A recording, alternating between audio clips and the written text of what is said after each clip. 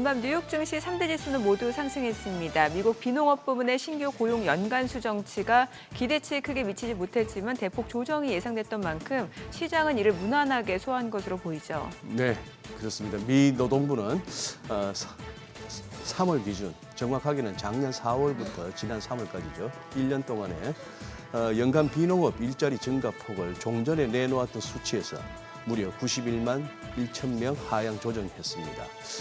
지금까지 발표됐던 수치보다 고용 활력이 크게 약했다는 의미이기도 한데요. 결국 이것은 9월 기준금리 인하 기대를 더 증폭시키는 식으로 작용했습니다. 네, 미국 고용이 부진하게 나타나면서 금값은 또 고점을 높였습니다. 금 선물 장중 처음으로 3,700달러 선을 좀 돌파하기도 했죠.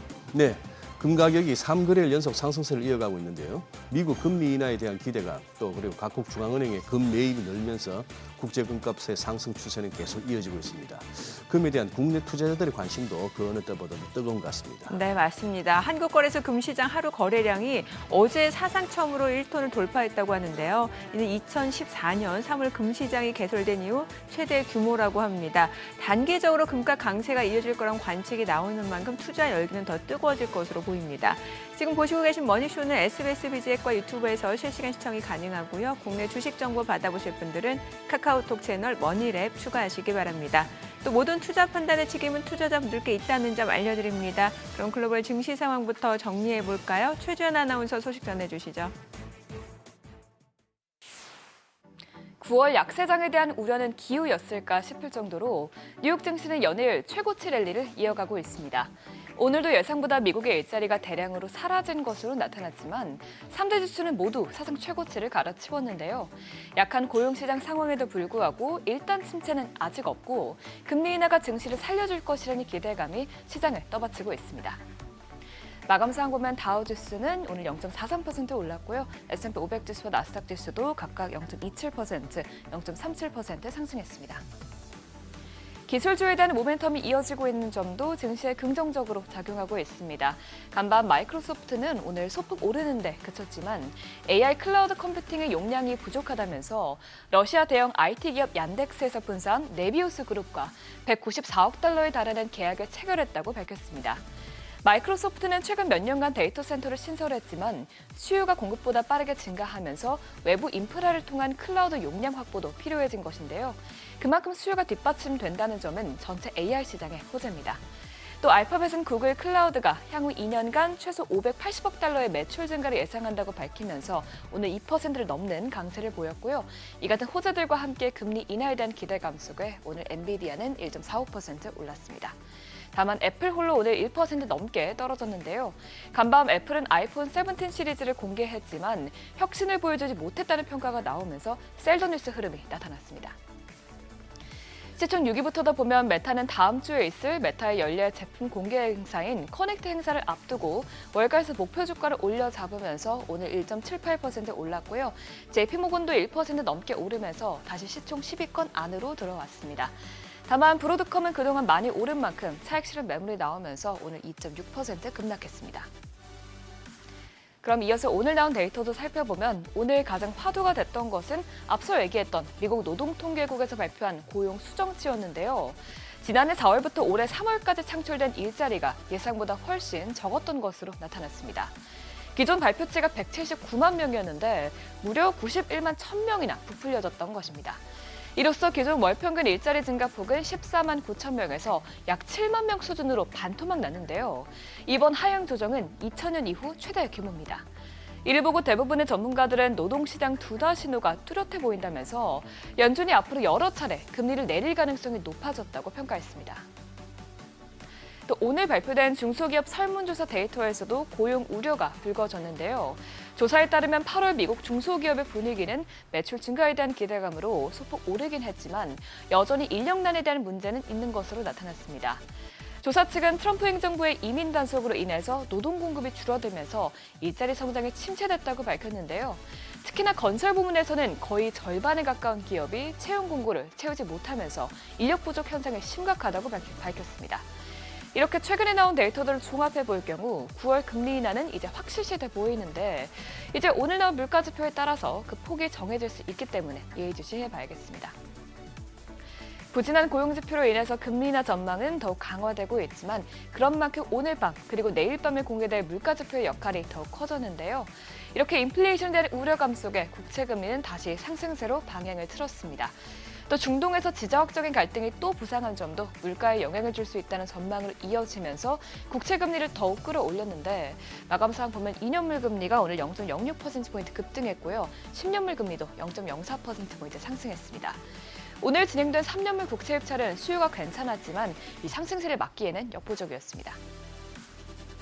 지정학적인 갈등이 부상하자마자 튀어오른 것은 국제유가였습니다. 간밤 이스라엘이 하마스 지도부를 노리면서 카타르 수도 도하를 공격했는데요. 팔레스타인 무장단체에 대한 전쟁이 미국의 핵심 지역 동맹국으로까지 확산되면서 더욱더 시장의 우려가 고조됐습니다. 그나마 미국 에너지 정보청에서 향후 원유 공급 과잉을 전망한 영향에 상승폭이 어느 정도 제한이 됐는데 오늘 WTI와 브렌트유는 각각 0.59%, 0.65% 상승했습니다. 다만 대표적인 안전자산인 금은 오늘 보합권에서 움직였습니다. 보통 금은 지정학적인 갈등이 발생할 경우 크게 오르지만 그동안 연거푸 사상 최고치를 갈아치우면서 일단 숨을 고르는 모습입니다. 간밤 엔화가 강세를 보이면서 달러 인덱스는 장초반 약세를 보였는데요. 이스라엘의 공급 송습 소식에 곧장 상방 압력을 받았습니다. 달러 인덱스는 오늘 0.37% 오르면서 97.81에서 거래를 마쳤습니다. 굿모닝 마켓이었습니다.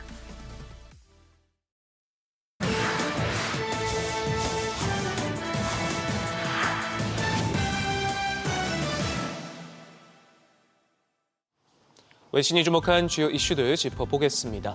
밤사이 열린 애플의 신제품 행사 소식부터 살펴보죠. 초대장에 적힌 놀라움이 뚝뚝 떨어진다라는 문구처럼 신제품들을 줄줄이 쏟아냈는데요. 아이폰 17 시리즈를 중심으로 3년 만에 신작인 에어팟 프로 3, 애플워치 시리즈 11 등을 한꺼번에 선보이며 AI 시대에 걸맞는 사용자 경험 전반의 대개편을 선언했습니다. 먼저 이번 행사에서 가장 주목을 받은 아이폰 17부터 살펴보면 플러스 모델을 대체한 에어가 첫 선을 보였는데요. 5.6mm 두께의 역대 가장 얇은 아이폰으로 앞서 삼성전자가 출시한 갤럭시 S25 엣지보다도 얇습니다. 팀쿡 CEO는 아이폰 에어가 그 어떤 제품과도 비교가 불가하다, 게임 체인저가 될 것이다 말했는데 일각에선 이 에어 모델이 삼성의 S25 엣지와 정면 승부를 펼치면서 앞으로 폴더블 폰 경쟁으로 이어질 수 있을 것으로도 내다봤습니다. 애플은 이 밖에 실시간 언어 번역 기능을 지원하는 에어팟 프로 3 등을 함께 선보이면서 하드웨어 중심의 혁신을 강조했지만 시장의 반응은 미지근했습니다. 혹시나 했지만 역시나 혁신적인 인공지능 기능은 찾아볼 수 없었다는 평가가 많은데 팀쿡 CEO는 아이폰 역사상 가장 큰 도약을 하고 있다 말했지만 애플 인텔리전스에 대한 언급은 거의 없었고요. 또 시리의 AI 업데이트와 관련해선 한마디도 나오지 않았습니다. AI 트렌드를 제때 따라가지 못해 혁신의 아이콘이란 별명이 사라진 애플이 신제품 출시만으로 분위기를 바꾸기엔 역부족이란 우려가 현실이 된 모습인데 화요일장 주가 역시 2% 가까이 하락 마감했습니다. 가상자산 관련 기업들이 연거푸 뉴욕 증시 문을 두드리고 나선 가운데 스테이블코인 발행사 피겨가 기업 공개 규모를 확대하기로 했습니다. 넘치는 수요의 공모 가격 범위도 높이고 발행 주식 수도 대폭 늘리는 방안을 고려 중인데요. 트럼프 행정부가 가상자산 산업을 제도권으로 적극 수용하면서 디지털 자산에 대한 투자자들의 열기가 점점 더 높아지는 추세입니다. 이 같은 분위기 속 이미 서클과 볼리쉬 등이 뉴욕 증시를 성공적으로 데뷔했는데 이 피겨가 그 흐름을 이어받아 다시 또 잭팟을 터뜨릴 수 있을지 관심이 쏠립니다. 나스닥이 토큰화 주식 도입을 추진합니다. 현재 규정 개정안을 금융당국에 제출한 상태인데 이미 상장된 주식이나 ETF를 블록체인 기반의 디지털 증권으로 발행해 거래하게 하겠다며 승인을 요청한 겁니다. 미국 증시에선 첫 사례로 꼽히는데 나스닥은 내년 3분기 말쯤 시행될 것으로 보고 있고요. 외신들은 이번 조치가 승인되면 블록체인 기반 결제 방식을 국가시장 시스템에 도입하려는 가장 야심찬 시도가 될 것이다 평가하고 있습니다. 오픈 AI가 영리화 전환의 걸림돌로 꼽히는 주정부의 규제를 피하기 위해서 본사 이전이라는 최후의 수단까지 논의한 것으로 전해졌습니다. 최근 캘리포니아주 법무장관이 챗GPT 책임론을 들며 현미경 조사에 나선 점이 특히 발목을 잡고 있는데 구조 개편을 어렵게 만들 경우 최후의 수단으로 이 지역을 떠나는 안을 논의한 것으로 전해지는데요. 사측은 이전 계획에 대해 부인했지만 주정부의 지지를 확보하기 위해 최근 게빈 뉴섬 주지사와 가까운 관계인 전 연방상원 의원을 포함한 자문위원들을 고용하기도 하는 등 영리화를 위한 구조 개편에 애를 먹고 있습니다. 미국에서 한국인 근로자들이 구금된 이후 외국 기업들도 좌불안석입니다. 우리도 단속 위험에 노출된 것 아니냐는 로펌 문의가 급증했다고 하는데 비자를 받고 근무 중인 미국 인력이 이민 단속 표적이 되는 건 아닌지, 미국 경영진이 법률 리스크를 부담해야 하는지, 본사가 연루될 가능성이 있는지 등 문의가 빗발치고 있는 것으로 전해졌습니다. 일부 기업들은 아예 출장을 중단시키기까지 했는데 미국에 200조 원이 넘는 통큰 투자 보따리를 안겨준 대만 TSMC에서도 미국 정부를 예측하기 힘들다는 볼멘 소리가 나고 있습니다.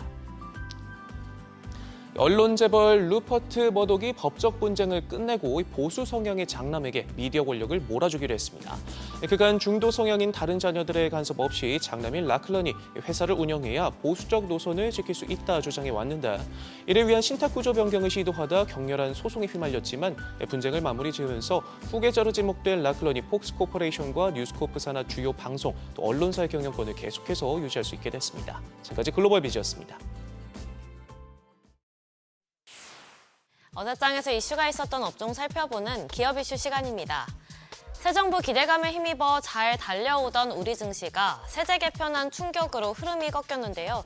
이런 가운데 이재명 대통령이 주식 양도세 대주주 기준을 상향 조정하는 것을 긍정적으로 검토하겠다는 소식이 전해지면서 증권주가 강세를 보였습니다. 최근 국민의힘 장동혁 대표는 이 대통령과의 첫 단독 회담에서 주식 양도세 대주주 기준 상향 조정 등을 건의했고, 이에 이 대통령이 긍정적으로 검토하겠다고 답한 건데요. 앞서 기획재정부는 대주주의 종목당 주식 보유액 기준을 현재 50억 원에서 10억 원으로 강화하는 내용의 세제 개편안을 내놨으나 여당인 더불어민주당 또한 여론 등을 이유로 현행인 50억 기준을 유지해야 한다는 입장을 정부에 전한 바 있습니다. 이 대통령은 11일에 예정된 100일 기자회견에서 이에 대한 정부의 최종 입장을 밝힐 것으로 보입니다. 마감 사항 보면 상상인 증권이 21% 시세 분출했고요. 미래에셋증권 11.68%, 키움증권과 부국증권도 8%대 강세 보였고, 한국금융지주도 6.79% 상승 마감했습니다. 삼성전자와 SK하이닉스가 최근 마벨의 스트럭테라 CXL 2.0 메모리 확장 컨트롤러와의 D램 제품 호환성 테스트를 완료했습니다. 스트럭테라는 AI 데이터 센터용 반도체 기능을 높이는 제품으로 AI로 데이터 처리량은 기하급수적으로 늘고 있지만 기존 컴퓨팅 구조는 한계에 부딪히며 떠오르는 차세대 메모리인데요. 업계에서는 CXL 시장이 본격적으로 열릴 경우 그 성장세가 폭발적일 것으로 예상하고 있습니다. 그중에서도 특히 CXL D램 시장이 CXL 전체 시장 가운데 70% 넘게 차지하면서 주류로 올라설 전망인데요. 현재 HBM의 수익성이 높은 것처럼 향후 새로운 캐시카우가 될 수 있다는 관측이 나오고 있습니다. 그러면서 관련주가 주목을 받았는데, 먼저 코리아 서키트가 15.5%, TLB 9.75%, 네오셈도 8.79% 강세 보였고요. 오키스전자 7.49%, 엑시콘도 5.69% 상승 마감했습니다. 트럼프 행정부가 삼성전자와 SK하이닉스에 대해 미국산 반도체 제조 장비의 중국 공장 반출을 허용하는 방안을 적극 검토하고 있다는 보도가 나왔습니다. 또 기업은 현재 VEU, 이른바 검증된 최종 사용자라는 특례 제도를 활용해서 별도의 허가와 절차 없이 미국산 반도체 장비를 중국 공장에 들여오고 있는데요. 하지만 최근 미 상무부가 올해 말 이 같은 지위를 철회할 거라고 통보한 바 있습니다. 만약 미 상무부가 새로 검토하고 있다고 전해진 사이트 라이선스 제도를 이용하면 기업들은 매년 필요한 반도체 장비의 수량을 구체적으로 적어내면 연간 단위로 미국 정부의 승인을 받아서 중국 공장에 들여올 수 있게 됩니다. 이 소식에 일단 최악은 면한 것으로 나타나면서 관련주에 훈풍이 불었는데요. 마감 상황 보면 원익홀딩스가 21% 가까이 시세 분출했고, 기가비스 13.65%, 하나마이크론 12.41%, 에이펙트와 TFE 모두 11%대 강세 보였습니다. 노란 봉투법이 어제 공포됐습니다. 이에 따라 내년 3월 10일부터 시행이 되는데요. 노동자의 권리를 보호하겠다는 취지지만 시장은 법 시행으로 기업들의 노동 리스크 회피와 법적 불확실성 대응을 위해서 로봇과 자동화 설비 도입이 가속화되는 계기가 될 것으로 보고 있습니다. 실제로 현대차는 국내 완성차 기업 가운데 가장 먼저 생산 현장에 휴머노이드 로봇인 아틀라스를 도입하죠. 10월 미국 조지아주 메타 플랜트에 처음 투입하고 다음 해부터는 점차 공정을 확대할 예정인데요. 이에 증권가에선 로봇 기술이 자동차 산업의 원가와 생산지를 바꿀 게임 체인저라는 분석을 내놓으면서 관련주 강세에 힘을 보탠 것으로 풀이됩니다. 마감 상황 보면 삼현이 상한가 기록했고요. 클로버 17%대 강세 보였고 SP 시스템스 8.93%, KNR 시스템 7.3%, 베노TNR도 5.47% 상승으로 마감했습니다. 지금까지 기업 이슈 전해드렸습니다.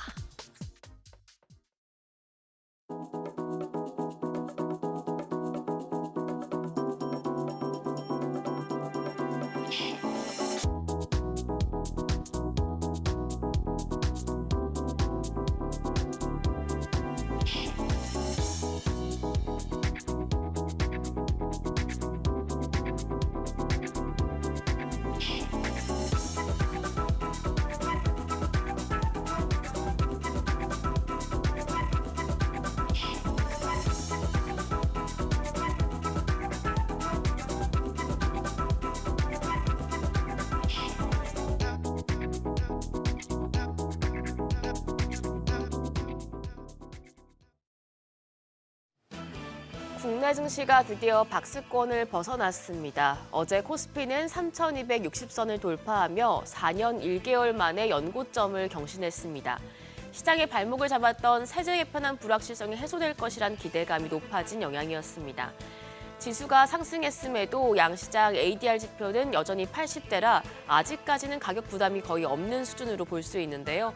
박스권을 탈출한 우리 시장, 이대로 상승 랠리를 이어갈 수 있을지 어제장 복귀하면서 오늘장 투자 포인트 체크하시죠. 코스피와 코스닥 모두 6거래일 연속 상승했습니다.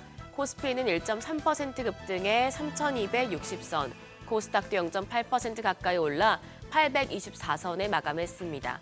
정부가 주식 양도세 부과 대주주의 기준을 종목당 10억 원으로 낮추겠다는 방침을 철회할 가능성을 시사하자 투심이 자극됐습니다. 더불어 미국의 금리 인하 기대에 또 앞서 뉴욕 증시에서 브로드컴이 오르며 국내 증시 반도체주를 끌어올린 점도 긍정적이었습니다. 외국인이 박스권 상단에서 처음으로 순매수 기조를 보였습니다. 코스피에서 6,600억 원 가까운 사자세였습니다. 선물 시장에서도 순매수에 나서며 지수 추가 상승에 무게를 두는 모습이었습니다. 기관도 어제 3천억 원 넘게 순매수하며 지수 상승에 기여했습니다. 개인만 1조 원 넘는 매도 우위였습니다. 코스닥 시장에서도 메이저 수급 주체의 쌍끌이 매수세가 나타났습니다. 외국인이 234억 원 순매수했고 기관 역시 100억 원 넘는 사자 포지션 취했습니다. 개인들만 홀로 300억 원 넘게 팔아냈습니다. 코스피 시가총액 상위 종목 대체로 좋았습니다. 방산과 조선 대표주 제외하고 나머지 종목들 강했는데요. 특히 반도체 투톱, 브로드컴 효과로 큰 폭의 상승세를 시현했습니다. 삼성전자가 2%, SK하이닉스가 4% 가까이 올랐고 또 정책 기대감 속에 KB금융도 3% 넘게 뛰었습니다. 코스닥 시총 상위 종목은 그간 상대적으로 덜 오른쪽에서 상승세가 나왔습니다. 펩트론과 ABL 바이오가 2% 넘게 올랐고 삼천당 제약도 강세였습니다. 반면 시총 1위 알테오제는 8거래일 만에 반락했습니다. 환율 약했습니다. 정규장 마감 시간 달러 기준 2원 70전 내린 1,387원 90전에 거래를 마쳤습니다. 8거래일 만에 1,390원대에서 하락 전환됐는데요. 미국의 고용 지표가 크게 주저앉으며 경기 부진 가능성에 힘이 실리자 달러화 가치가 하락한 영향이었습니다. 다만 야간 거래에서는 미국 스태그플레이션 우려에 다시 환율 상승하는 모습이었습니다. NDF에서 달러원 1개월물은 오늘 새벽 6시 기준 1,389원 선까지 올라섰는데요. 미국의 PPI와 CPI에 대한 견제감이 존재하는 만큼 오늘 외환 시장 상승 출발할 가능성이 높겠습니다. 연고점을 경신한 우리 시장, 어제는 반도체와 증권 쪽이 지수의 상승을 주도했었죠. 오늘은 증권가에서 에너지 저장 장치인 ESS와 코스닥 시장 전반, 그리고 소프트웨어와 제약 바이오 쪽에 대한 긍정적인 내용의 보고서가 나왔습니다. 먼저 키움증권은 ESS 시장이 상승 궤도에 진입했다고 진단했습니다. 내년 ESS 시장이 성장이 본격화될 텐데 미국 정부가 탈중국 움직임을 가속화하고 있어서 국내 업체들의 미국 내 시장 점유율이 높아질 것이라고 분석했습니다. 2025년에서 2027년 BESS 설치량이 급증하게 되면 국내 배터리셀 업체와 관련 소재 부품 업체 모두 추가 수주 모멘텀이 생길 텐데 미국 현지 생산과 추가 수주가 기대되는 업체에 주목하라고 조언했습니다. 키움증권은 탑픽으로는 LG 에너지솔루션과 LNF, 관심주로는 PNT와 신성 ST, 한중 NCS를 제시했습니다. 한편 NH투자증권은 3차 벤처붐을 기대하며 코스닥 시장이 비상할 수 있다고 진단했습니다. 이재명 정부가 연간 40조 원 규모의 벤처 투자 달성을 목표로 하고 있는데요. 이를 위해 정책 자금 확대는 물론 기업 성장 투자 기구인 BDC와 종합 투자 계좌인 IMA 등 다양한 방안을 추진 중입니다. 여기에 AI라는 신산업이 등장했고 유동성이 확대되고 있다는 점도 모두 긍정적입니다. 과거 흐름을 봤을 때 벤처 투자 활성화 시 중소벤처기업의 비중이 높은 코스닥이 상승할 가능성이 높은데요. NH투자증권은 벤처 투자가 많이 이루어지는 소프트웨어와 제약 바이오의 수혜를 예상했습니다. 해당 리포트 내용들 투자하실 때 참고하시죠. 오늘 일정입니다. 오늘 밤에 시장이 기다리는 미국의 8월 PPI가 발표됩니다. 이를 앞두고 어느 정도는 경계감이 커질 수 있겠습니다. 한편 어제 시간의 거래에서는 다양한 섹터와 다양한 종목들이 상승했습니다. 반도체와 조선, 기자재, 로봇 관련주가 일제히 뛰었는데요. 반도체는 반도체 특별법에 속도가 붙을 것이란 기대감이 작용했고 조선 기자재는 마스가 프로젝트 수혜 기대, 그리고 로봇주는 노란봉투법 시행이 내년 3월 11일 확정되자 움직임 보였습니다. 해당 섹터들 오늘장에서도 상승세 이어갈지 지켜보시죠. 그럼 프리마켓 통해서 개장 분위기 가늠해 보겠습니다. 간밤 뉴욕 증시 고용 우려에도 3대 지수는 최고치로 마감했습니다. 특히 오라클이 부진한 실적 발표에도 클라우드 성장 전망에 시간의 거래에서 26% 폭등했는데요. 이렇게 되면 AI 반도체 관련주들엔 또 한 번 기대감이 높아질 수 있겠습니다. 일단 오늘 유가증권 시장 시총 5위권까지 흐름 좋습니다. 삼성전자가 0.42% 상승하며 71,800원. SK하이닉스가 프리마켓에서 1.39% 뜁니다. 거래가 29만 2천 원이고요. LG 에너지솔루션이 0.14% 오름세로 34만 7,500원. 삼성 바이오로직스가 0.3% 오름세, 또 하나에어로스페이스도 프리마켓에서는 0.42% 강세입니다. 현재 거래가 94만 9천 원으로 집계되고 있습니다.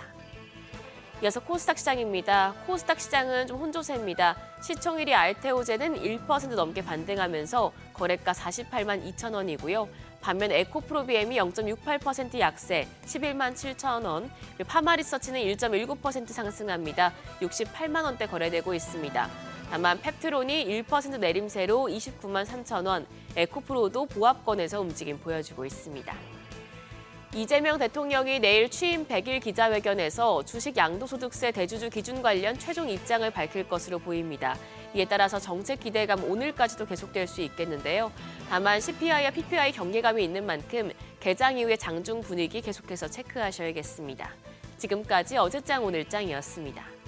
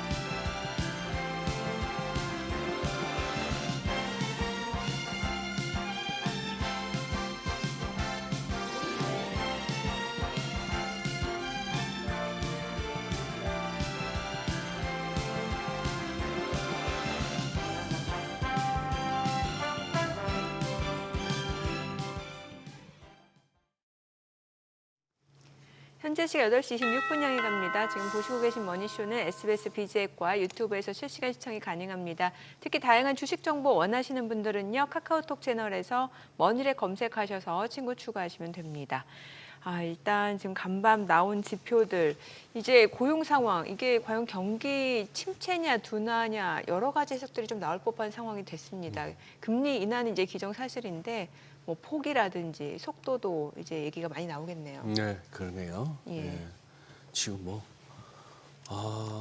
어쨌거나 미국 어제 니케이가 뭐 그거 했습니다만 네. 결국은 고점에서 많이 밀리고 끝났습니다만 장중에 사상 최고치 경신도 한번 있었죠. 그렇죠.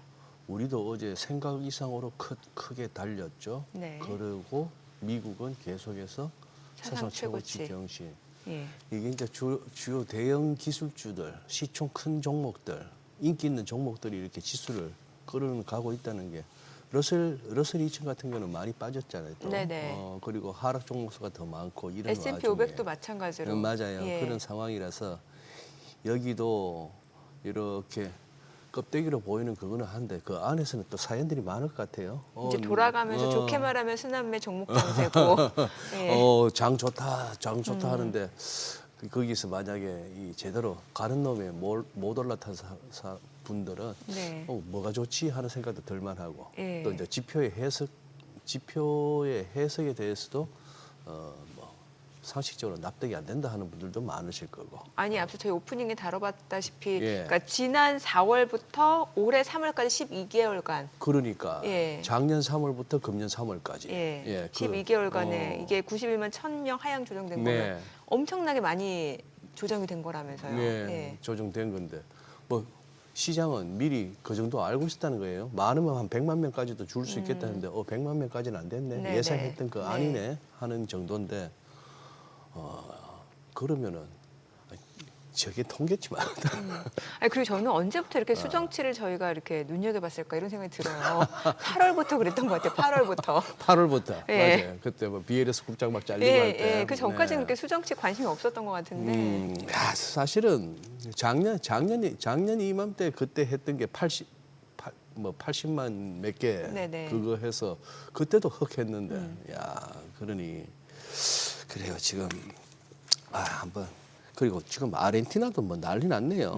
무슨 뭐 지방의회 선거에서 지금 여당이 참패를 했는데 그 대통령이 그 누굽니까 그 밀레이라고 남미의 뭐 트럼프 이런 소리 듣는 남미의 트럼프요. 그런데 지금 어쨌거나 프랑스 지금 내각 붕괴했죠.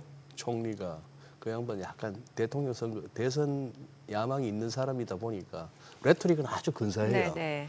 우리 후대에 빚을 물려줘서는 안 된다 이렇게 하는데 멋있긴 한데 정책은 약간 말하고 좀 차이가 나는데 어쨌거나 긴축하려 하다가 내각 그냥 총사태로 이어졌죠.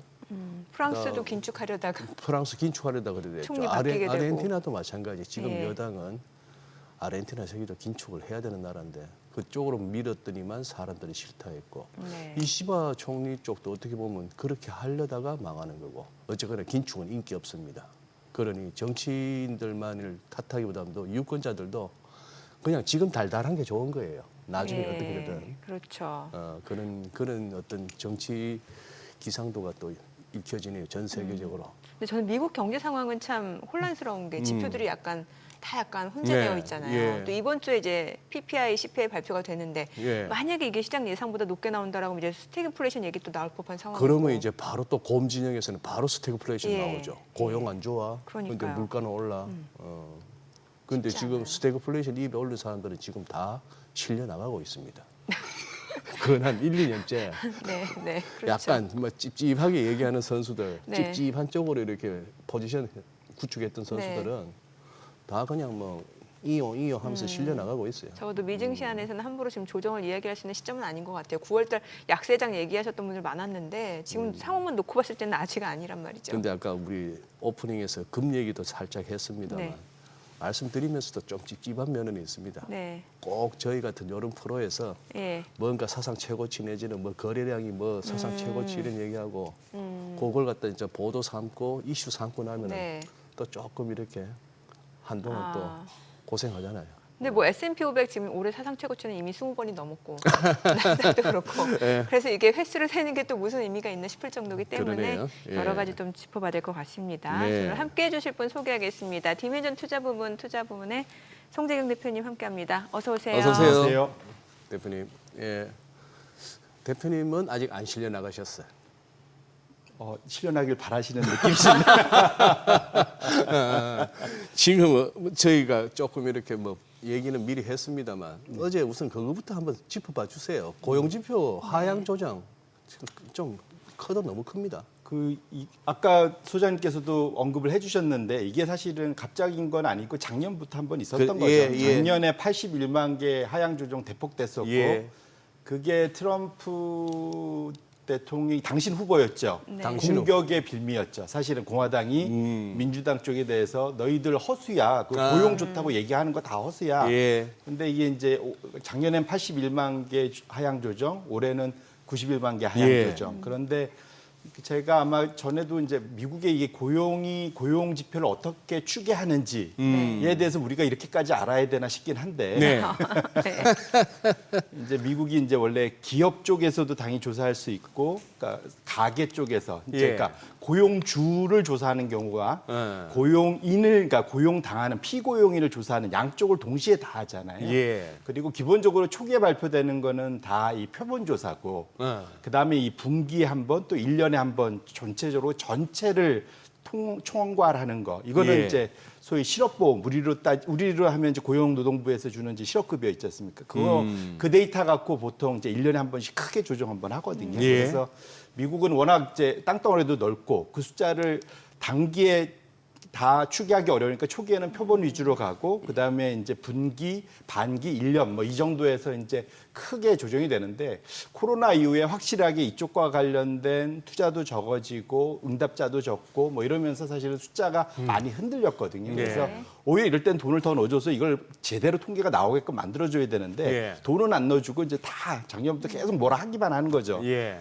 이게 저기도 극한 직업이죠, 사실은. 우리로 따지면 통계청 같은 데가. 그래서 어쩔 수 없이 그러니까 예상된 그래서 이제 시장 반응도 어찌 보면은 좀 무덤덤하게 나타난 거다 보셔야 될 것 같은데 이제 중요한 거는 어쨌거나 그 안에서도 흐름을 보는 게 중요하지 않겠습니까? 사실은 근데 흐름 자체는 첫 번째 차트를 한번 열어봐 주시면 네. 기본적으로 확실한 거는 이게 미국의 고용이 바이든 중반 이후에 확실하게 계단식으로 내려오고 있었다. 이게 뭐냐면 2023년도에는 월 평균 신규 일자리 수가 한 22만 명 정도 생기다가 작년에는 17만 명, 그다음에 올해 들어와서는 7만 명. 보면 거의 계속 반토막식으로 쭉쭉 내려왔잖아요. 근데 우측에 잘 보실지 모르겠는데 8월 달 수치가 예상 7만 5천 했는데 2만 2천 나왔지 않습니까? 예. 근데 그 왼쪽에 2달 전으로 가보시면 6월 달 보시면은 아래로 내려와 있죠. 마이너스였습니다. 처음에 줄일 때 한 10분의 1 토막 줄여서 14,000 했던 게 요번에는 수정하다 보니까 14,000 증가가 아니고 13,000 마이너스더라. 그렇죠. 네. 쇼킹했죠. 예. 물론 이제 7월 달을 조금 더 올려서 7월 달은 조금 예, 올라갔지만 합쳐보면 뭐 좀 낮다 뭐 할 수 있는데 어쨌거나 최근 들어서는 지금 최근 3개월은 거의 이제 2, 3만 대로 확실히 좀 내려온 건 맞고요. 이게 그 수치상으로는 예상치에 비해서 벗어난 정도가 8월 달이 3시그마라고 합니다. 3시그마. 이게 헷갈리잖아요. 예, 우리 예. 고등학교 때 중고등학교 때 하기 싫었던 게 통계. 확률 시그마, 뭐 혹시 예. 이후 표시. 예. 이렇게 이게 예. 표준한 거 이런 예, 표시. 예, 예. 네. 3시그마한테 되게 헷갈리는데 이게 이제 100이 일어나면 일어날 수 있는 확률이 0.3%. 근데 이게 좋을 수도 있고 나쁠 수도 있는데 반하면 나쁘게 나온 거지 않습니까? 네. 0.15입니다. 0.15면 10,000번 중에 15번 일어날 확률. 예. 그러니까 상당히 낮은 확률이 이번에 일어난 거죠. 예. 예상치를 완전히 벗어난 거는 맞고요. 그렇게 놓고 본다면 확실하게 지금의 미국의 고용 지표는 상당히 좀 걱정할 만하다. 그래서 사실은 잭슨홀 미팅 때 좀 예상과 달리 파월이 갑자기 급 표현했지 않습니까? 네. 고용을 우리 이제 신경 써야 되고 예. 뭐 이렇게 된 이유가 본인들도 여러 가지를 고민을 해보고 아마 이 데이터 쪽과 관련된 것들에 대한 고민들이 분명 녹여졌을 것 같고요. 그렇게 놓고 본다면 파월이 이제는 물가만 보다가 고용도 같이 봐야 된다라고 얘기를 한 이유도 사실은 정말로 고용이 좀 걱정이 되는 상황까지 온 것만은 분명하다 이렇게 말씀드리겠습니다. 이러면은 제롬 파월 연준 의장 또 실기했다는 얘기 또 나올 수 있겠네요.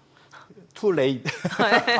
그러니까 파월이 계속해서 예, 이렇게 예. 지적했던 거 네. 이제 그 발언에 이제 무게가 실릴 수도 있는 상황인 거잖아요. 뭐 맞는 말인데 사실은 이번에는 상당히 좀 고민스러운 건 맞는 것 같습니다. 무슨 말이냐면 말씀 주신 대로 파월이 늘 늦을 수밖에 없는데 이게 선제적으로 하는 게 또 쉬워 보이지만 그럴 수는 없거든요. 여기 네. 왜냐면 연준이 그러니까 예를 들면 그러니까 예를 들면 포트폴리오를 짤 때 이번 달에 생각해서 좋다고 생각해서 샀다가 네. 나쁘다 생각하면 다음 달에 팔아도 아무 문제 없지 않습니까? 네. 근데 연준은 아닌가 봐 그래갖고 금리 올렸다가 다음 달에 금리 내리고 그 다음 달에 다시 금리 올렸다가 이렇게 하면 난리가 납니다, 사실은. 그래서 어찌 보면 항공모함을 한번 이렇게 조종하려면 시간이 되게 오래 걸리잖아요. 네. 그래서 그렇게 놓고 보면 제가 갑자기 이제 파월 대변인처럼 되어오긴 하지만 저 정도 사이즈에 저 정도로 움직이려고 하면 파월 입장에서는 최선을 다하고 있다. 저는 개인적으로 진짜 그렇게 생각을 하고 있습니다. 네. 네. 근데 이번에 이거 하는 거 보면서 그때 7월 FOMC 전에 7월 달에도 7월부터 금리 내려야 된다고 강하게 주장했던 크리스토프 월러. 지금 이 양반 이제 새 연준 의장의 최종 후보. 한 3명 후보 중에 예. 들어갔습니다만 그때 했던 말이 자기가 보기에는 뭐 이미 좀 정보가 있었겠죠. 이게 숫자가 이건 아니다. 한 6만 명 정도밖에 안 될 거다. 네. 평균. 꽤 근접한 얘기를 했어요, 보면은. 근데 사실은 원래 입장에서는 이런 건 이제 일종의 이제 이거는 전략이고 일종의 확률 게임 같은 거지 않습니까? 네, 네. 그러니까 원래 입장에서는 그 후보 그러니까 최종 의장이 되기를 목표면 당시에는 그 말을 하는 게 본인한테 가장 이로웠습니다. 그랬죠. 그래야 이제 임명권자한테 틀려도 눈에 상관없거든요. 틀려도 상관없고. 예, 사실은 그걸 하는 게 맞았거든요. 그 당시 입장에서는. 네. 그래서 그렇게 놓고 본다면 저라도 그때 만약에 그걸 노리고 그 포지션이었으면 그 얘기를 했을 것 같아요. 사실은. 네. 그래서 이걸 잘 맞췄다기보다는 네. 그 상황에서는 그게 그 원로를 위해서는 최고의 사실은 그 코멘트였다. 그러니까 국가를 위했다기보다는 예. 포지션을 위해서는 소위 승진하기 위해서는 최고의 전략이었다. 저는 그렇게 생각하고 있습니다. 아니 근데 왜 저기 소위 말하는 그 페드워치에 나오는 확률 저 정도까지 고용 지표가 훅 떨어졌으면은 저기 비컷 가능성이 오히려 조금이라도 더 높아져야 될 것 같은데 오히려 약간 낮아졌더라고요. 그거는 아마 그러니까 오늘 새벽에 발표된 네네. PPI, 예. 네. 그다음에 내일 있을 CPI, 예. 이제 그 두 가지를 보고 변동성이 되게 심할 거다 보셔야 될 것 같고요. 왜냐하면 지금 시장에서는 그 뭐 차트를 먼저 보면 네네. 예, 제가 그 자료를 4번 차트를 먼저 열어봐 주시면. 지금 보시면 4번의 그 왼쪽 차트를 열어봐 주시면 그 연준의 그 금리나 시장 예상 네. 좀 열어봐 주시면 요 차트입니다. 하늘색이 올해 연말까지 최종 예상되는 소위 인하 폭. 내년 올해 말까지. 말까지. 이제 3번 남았잖아요. 예. 근데 75bp니까 3번 인하할 거다라고 예. 보는 거고 내년 말까지 가면은 다 합치면은 150이다. 그러면 올해 3번 내년에 나눠서 3번. 네. 그래서 최종 6번 정도 할 거다라고 지금 얘기를 하고 있는 거거든요. 예. 근데 저거 보시면 한 1년 사이에 변동이 엄청납니다, 사실은. 네. 그래서 이거는 뭐랄까 예상치만 서로 모아 우리 서베이하는 게 아니라 저 돈 걸고 하는 거거든요. 배팅하는 겁니다. 네. 그러니까 그러니까 CM이 거기에서 사실은 선물 갖고 포지션 잡는 거잖아요. 네. 그러니까 돈을 거는 거기 때문에 어찌 보면 기대감도 좀 들어가 있는 거고요. 상황에 따라서는 사고팔고를 심하게 하기 때문에 변동성이 커서 이거는 그러니까 일종의 예지력이라기보다는 시장의 기대를 모아놓은 특정 가격이지 예. 이것에 소위 이제 맞는 가능성 이걸 보고 너무 배팅을 하면 안 된다 봐야 될 것 같고요. 순식간에 만에 하나도 CPI, PPI가 예상치를 좀 벗어나서 많이 올라오거나 또는 FOMC 우리 그걸 감안한데도 FOMC에서 파월이 조금 더 매파적으로 얘기하면 저 바로 또 위로 튈 겁니다. 그래서 너무 저 수치에 우리가 목을 매서는 안 되겠다. 그러니까 일종의 참고 자료. 그러니까 무슨 말이냐면 시장이 이런 거를 원하는구나, 네. 기대하는구나라는 정도로 해석을 해주시면 좋을 것 같습니다. 예. 그리고 최근에 10년물 국채 수익률 좀 떨어지는 모습이었다가 간밤에는 약간 또 올라가는 게 그러면 이런 부분 좀 반영이 된다라고 볼 수가 있겠네요. 예. 결국은 잘 기억해 보시면 작년 이맘때로 돌아가 보시면 네. 작년 9월에 연준이 뭘 했습니까? 빚컷을 했었죠. 네. 기억하시면. 예. 근데 그때 빚컷을 했을 때 10년물 금리가 어떻게 됐었을 것 같으세요? 작년에 빚컷하고 나서 네, 오히려 빚컷을 9월 17, 8일경에 빚컷을 하고 난 다음에 10년물이 11월, 12월까지 어떻게 됐을 것 같냐? 오히려 튀었죠. 맞죠.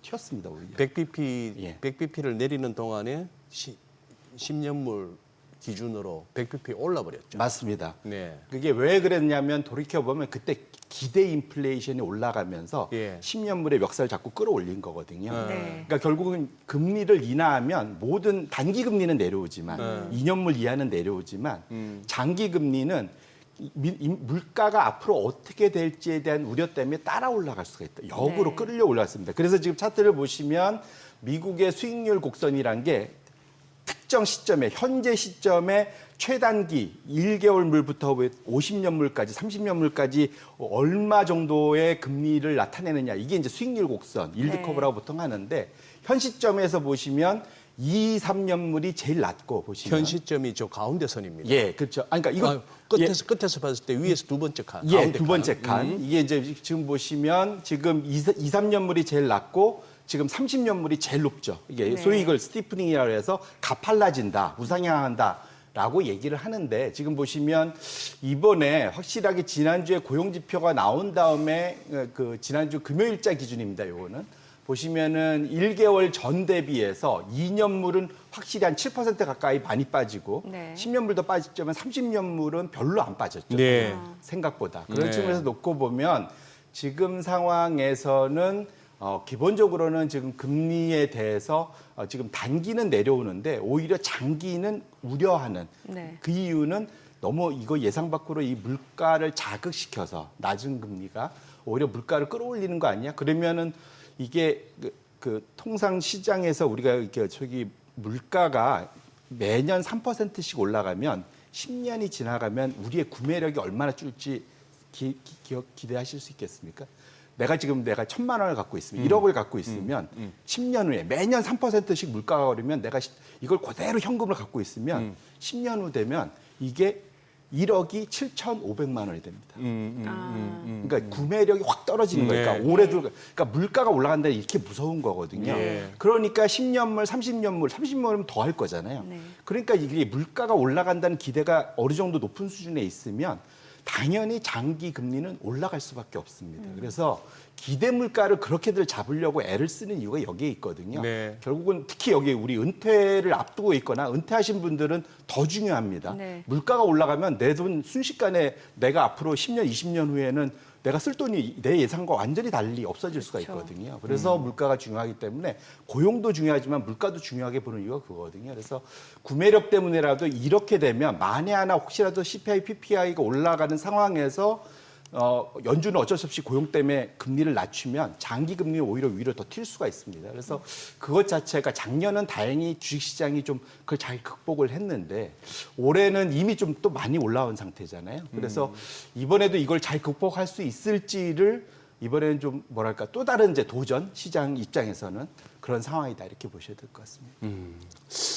그런데 지금 저기서 결국은 이제 장기 쪽 10년 이상, 10년물, 20년물, 30년물이 확실히 보면은 1년 전 대비 많이 올라와 버렸잖아요. 많이 왔습니다. 예. 많이 올라왔는데 저걸 갖다가 특히 이제 10년물 중심으로 해서 저걸 더 못 올라가게 하겠다 내지는 하향 안정화 시키겠다가 베센트 장관의 목표인 것 같아요.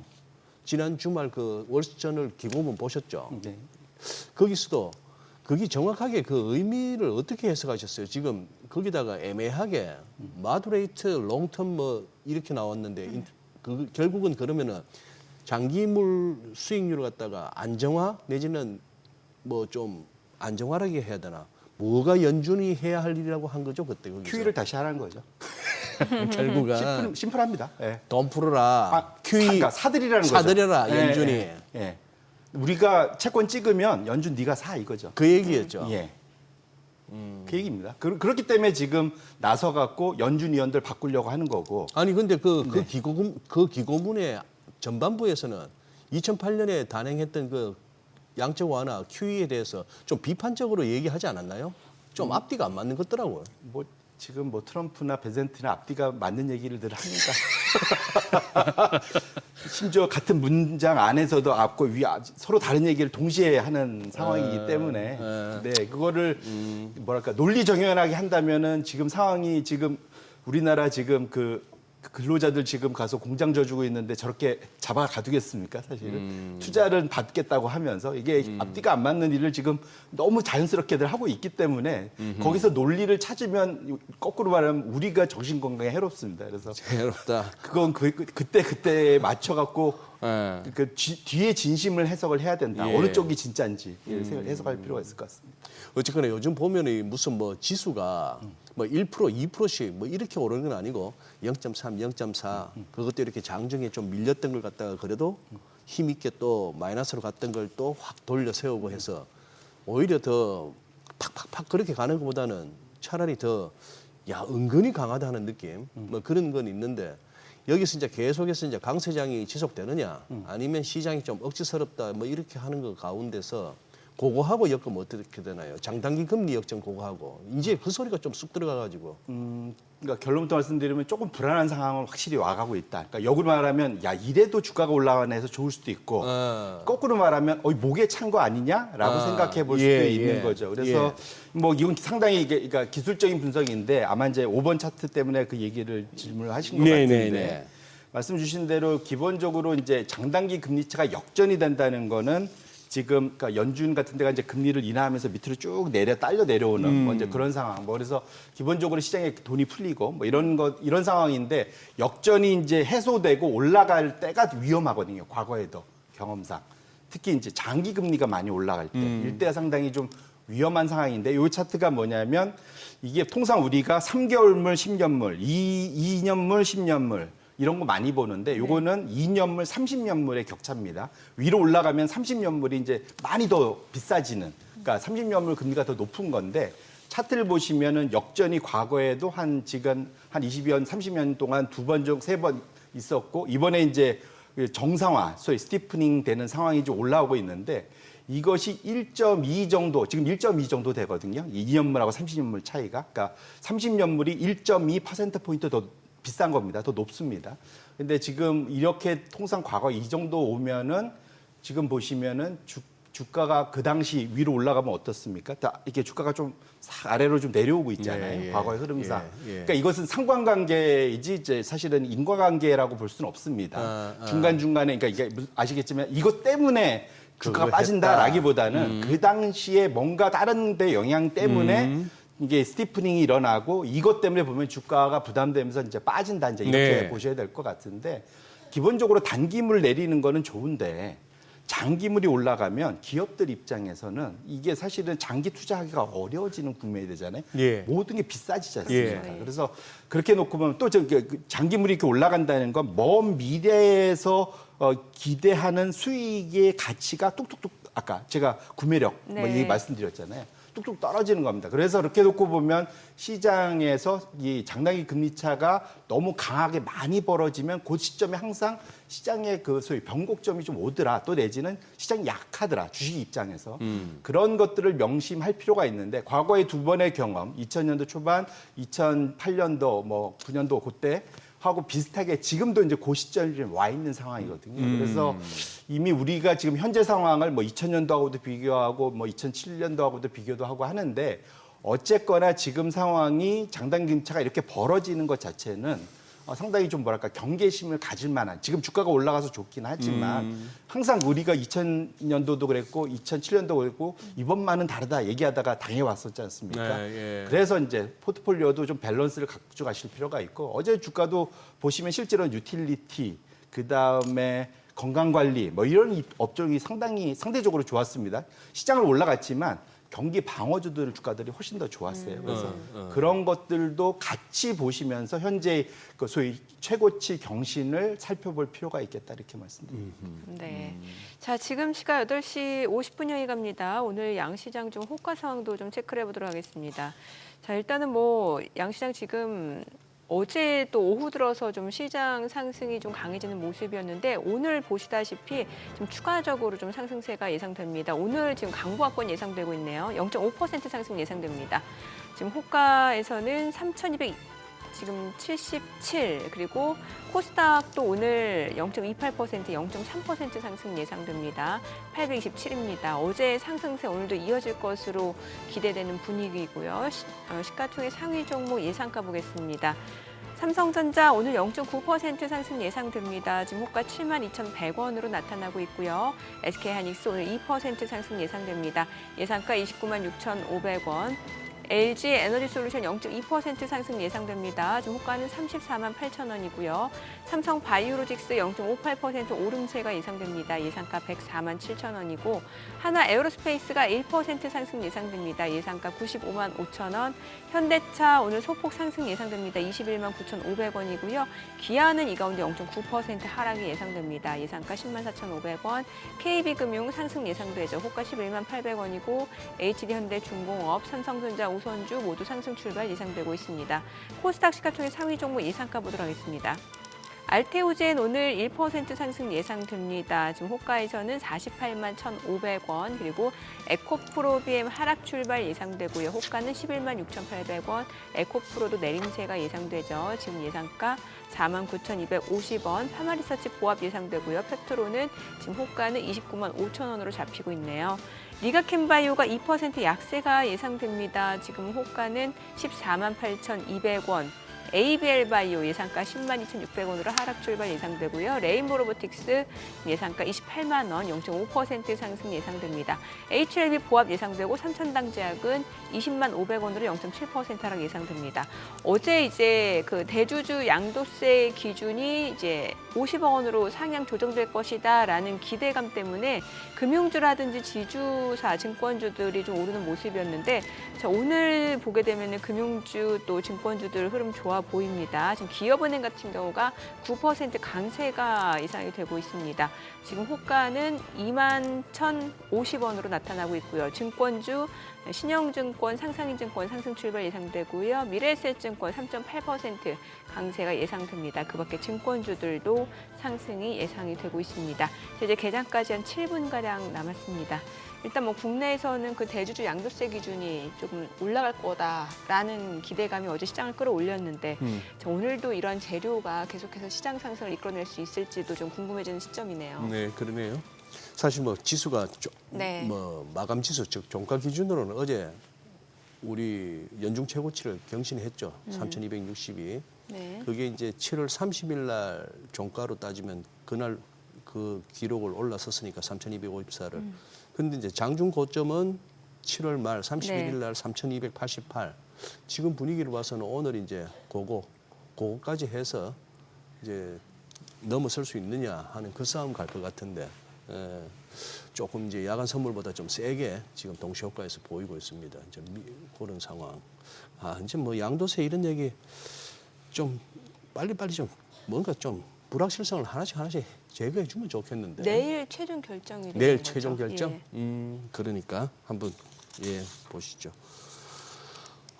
그리고 지금 이거 저 장단기 금리 역전은 그거 하고 지금 약간 이렇게 그거 있잖아요, 대표님. 우리가 업종별 종목별로 약간 온도차가 나는데 미국 자꾸 뭐 미국 얘기만 하는 것도 참 그렇습니다. 우리 얘기해야 되는데 미국도 지금 경기 상황이 약간 지역별로 업종별로 좀 차이가 나는 것 같아요. 맞습니다. 말씀 주신 대로 이게 그러니까 우리가 미국 얘기만 하는 게 좀 답답하긴 한데 미국이 또 전 세계에서 가장 소비를 많이 하는 나라고 우리는 수출로 먹고 살기 때문에 미국의 경기의 방향성이 우리나라 달러 외화벌이의 가장 중요한 포인트입니다. 그렇기 때문에 사실은 그렇죠. 우리 입장에서는 그 촉각을 곤두세우고 전 세계가 어떻게 움직이는지 다 봐야 되고 그중에서 가장 PPP가 소위 구매력 그 평가, 구매력 그 평가 지수로 보면 G7 나머지 G6 다 합친 거보다 미국이 소비가 더 많거든요. 아시겠지만. 그래서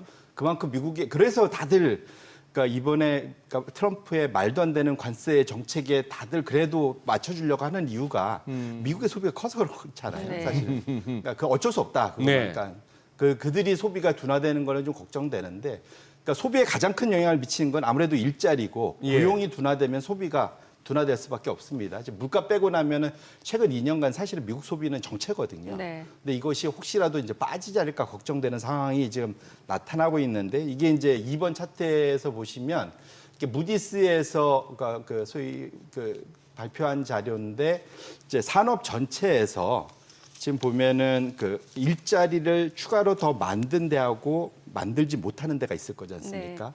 그러면 만들지 못한 데 우리는 지금 일자리를 더 늘렸어. 일자리를 못 늘렸어. 줄였어. 이거의 비중이 늘렸어보다 줄였어의 비중이 50 이하로 내려가서 가장 8월 달에 지금 48까지 지금 내려간 겁니다. 지금. 네. 근데 과거에 과거 왼쪽으로 쭉 가시보면 50 이하로 지금 늘리는 데보다 줄이는 데가 더 많은 쪽으로 왼쪽으로 쭉 가보시면 그때마다 지금 회색 그 막대하고 다 만나잖아요. 엄영철이한 저 경기 침체 구간. 맞습니다. 그 네. 미국의 공식 침체 구간하고 딱 만나는 만큼 미국의 고용 상황이 민간 쪽의 고용 상황이 좀 안 좋다라고 보셔야 될 것 같고요. 이번에도 일자리 보면 사실은 올해 상반기 내내 그리고 특히 8월 달 이때 많이 늘어난 게 보면 의료 관리 부분입니다. 이게 뭐냐면 의료 관리면 건강 관리하는데 주로 네. 이제 돌봄하고 뭐 이런 네. 거잖아요, 네, 예. 사실은. 예. 근데 이거는 경기하고 어찌 보면 상관이 없어요. 누군가가 많이 아프다는 얘기입니다. 예, 이게 경기가 나빠져서 그러니까 사실은 일자리를 줄여서 이게 힘들어져서 아플 수도 있는데 아무튼 간에 이것은 어찌 보면 경기하고는 따로 노는 그러한 그 변수기 때문에 이 부분이 늘어난 게 좀 큰일이다 좀 봐야 될 것 같고요. 그래서 말씀 주신 대로 지금 미국의 지역별 업종별 그 경기 상황을 보면 지역별로 보면은 지금 그러니까 미국의 50개 주 플러스 하나입니다. 네. 아시겠지만 그 콜롬비아 디스트릭트 오브 콜롬비아라고 그래서 워싱턴 DC 있는데 거기만 빼면 실제로 이제 말하는 우리 50개 주인데 그 중에서 좀 이제 큰데 GDP 가로 안에 있는 게 GDP에서 그 주가 차지하는 비중이에요. 그래서 네. 텍사스, 플로리다 같은 데가 지금 경기가 확장되고 있고 캘리포니아, 뉴욕 같은 데가 그나마 현재 경기 상황이 유지되는 정도고 나머지 붉은색들, 노란색들은 경기가 상당히 위축되고 있는 겁니다. 거의 45%? 거의 절반 가까이가 경기가 위축되고 있어요, 사실은. 그래서 미국 안에서도 완전히 좀 서로 따로 돌고 있다. 네. 그러니까 겨우 지금 저 큰 데들이 버티고 있어서 미국 경기가 그나마 지금 숫자를 내고 있는 거지. 네. 전반적인 큰 상황은 상당히 좀 경기가 둔화되고 있거나 심지어는 침체에 들어간 주들이 꽤 많다 보셔야 될 것 같고요. 업종으로 한 번 더 넘어가 보시면 다음 차트를 열어봐 주시면 아까 말씀드린 대로 지금 그나마 지금 일자리를 많이 아까 늘렸다는 게 지금 건강관리 서비스, 요쪽 분야가 많고 부동산, 그다음에 지방정부, 그다음에 기술 업종 일부. 근데 대부분 건강관리가 대부분이잖아요. 네. 지금. 그래서 그렇게 보셔야 될 것 같고 저 밑에 가 보시면 이 관세 영향을 좀 많이 받고 있는 데들이 제조, 그다음에 고금리에 고생하는 건설업, 그다음에 교통물류. 이것도 이제 어찌 보면 관세와 같은 영향이죠. 연방정부도 일자리 줄이고 있고 전반적으로 보면은 사실은 저 아래쪽이 사실은 고용 창출을 많이 해야 되는 데인데 저쪽이 좀 많이 줄고 있기 때문에 안 좋기 때문에 지금 미국의 사실은 사이는 지금 K자로 벌어져 있는 사이죠. 이게 원래 K자가 들어가면 좋아야 되는데 네. K 뭐 하면 다 좋아야 되는 거지 않습니까? K-뷰티 이런. 예, 예, K가 들어가면 뭔가 좋아야 되는데 미국의 K 경기는 별로 좋은 건 아닌 것 같습니다. 양극화가 되고 있는 맞습니다. 근데 그래서 아슬아슬한 상황. 예. 그렇기 때문에 연준이 잭슨 올 때 갑자기 표변한 이유도 이런 상황 때문인 것만은 분명하다. 이렇게 말씀드립니다. 왜 실제로 그 경기를 또 알 수 있는 것 중에 하나가 미국에서 어떤 소비 패턴 변화가 나타나는 걸 볼 수 소비 있잖아요. 패턴? 예, 예를 들면은 그 사 먹을 때 치폴레, 아, 맞습니다. 예, 치폴레 매출이 떨어지고 네. 오히려 칠리스가 지금 부활하고 있다고 하는데 치폴레가 훨씬 비싸거든요. 치폴레가 이거 볼 하나에 한 15달러에서 20달러 정도고 이제 그 칠리스 같은 게 옛날에 우리 어렸을 때 한참 유행했던 그 저녁 늦게까지 가면 레스토랑 있잖아요. 네, 그런 네. 느낌이었는데 그게 지금 뭐 세트 구성으로 10달러 수준이라고 하니까 예, 그쪽으로 우리 매출이 늘었다고 합니다. 맞습니다. 예. 그러니까 달러트리 이런 데들도 최근에 호실적 발표했는데 예. 주가 빠지고 뭐 이제 예. 이런 이유가 그런 거라고 보셔야 될 것 같고 예. 맥도날드에서도 드디어 6불대 네. 예, 원래는 10불대 이상인데 세트가 맞아요. 예, 아침 예. 6불대 세트 메뉴 이게 왜냐면 아침을 거른다고 그러더라고요. 아, 비싸서. 아, 미국인들이 원래 그 맥도날드 얘기 개장하고 조금 더 들어보도록 하겠습니다. 오늘 국내 증시 흐름 확인해 보죠. 개장합니다.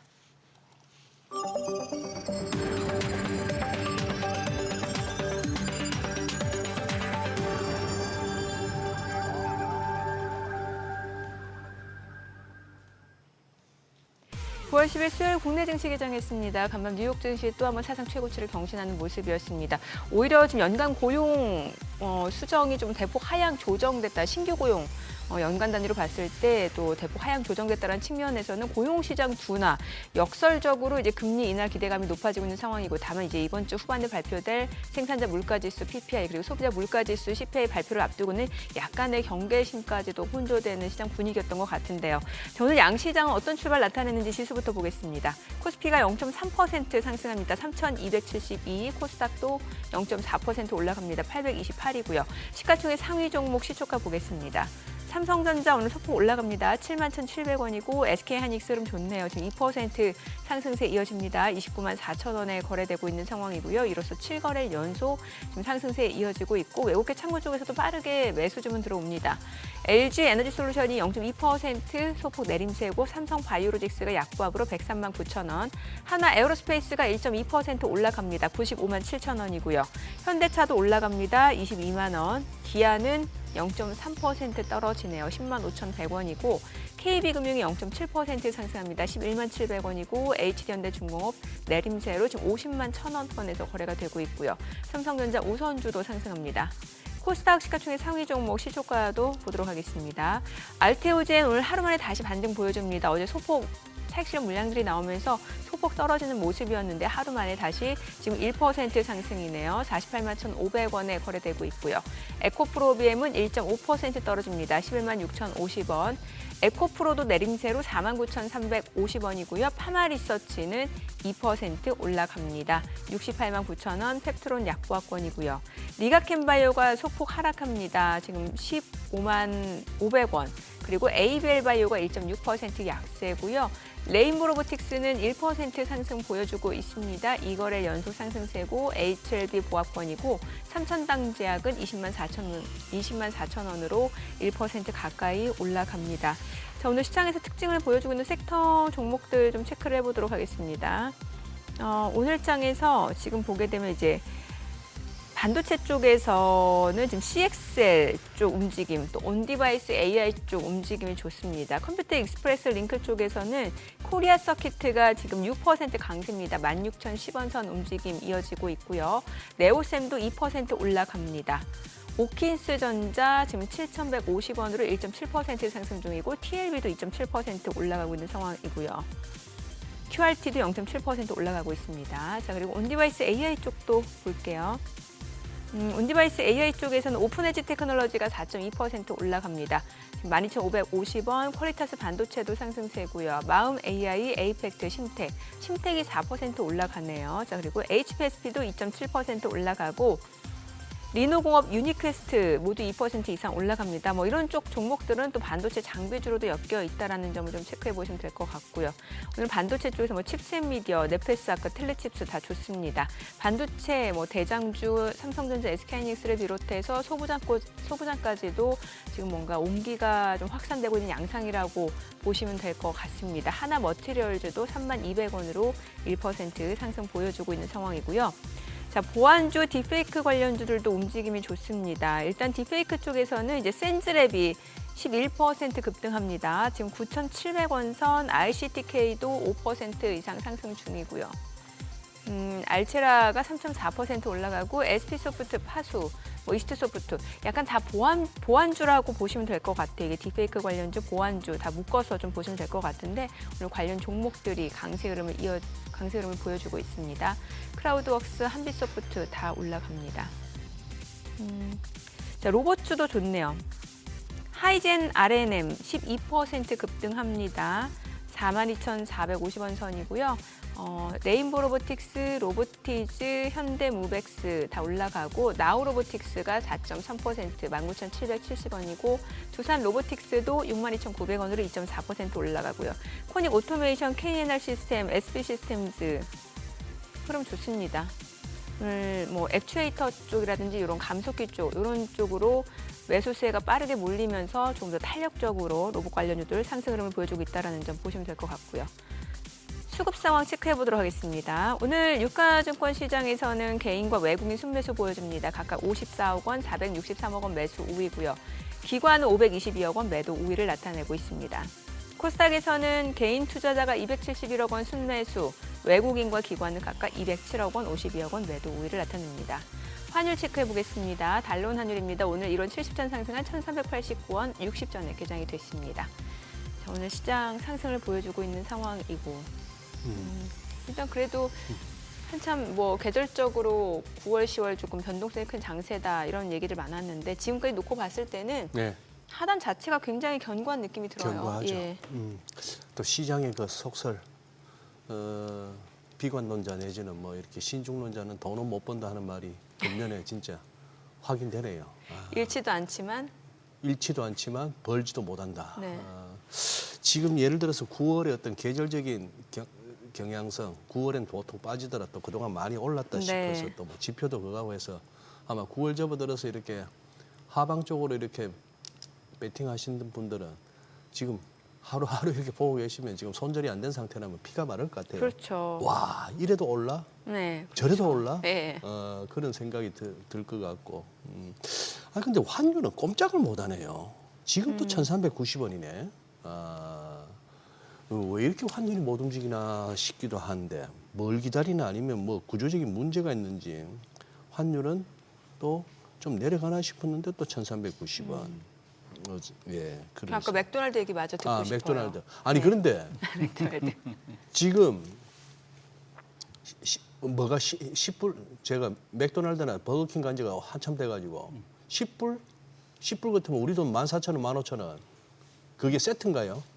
기본적으로 평균이 아마 평균이 14불 뭐 그 정도 12불. 그러니까 근데 네. 지역별로 제가 알기로는 좀 네, 다른 걸로 예. 알고 있고요. 근데 옛날에 그러면 저 김영철 씨가 그 버거킹 광고하면서 4달러 했던 게 언제입니까? 되게 오래되지 않았어요? 꽤 된 것 같은데. 그거는 단품이었나?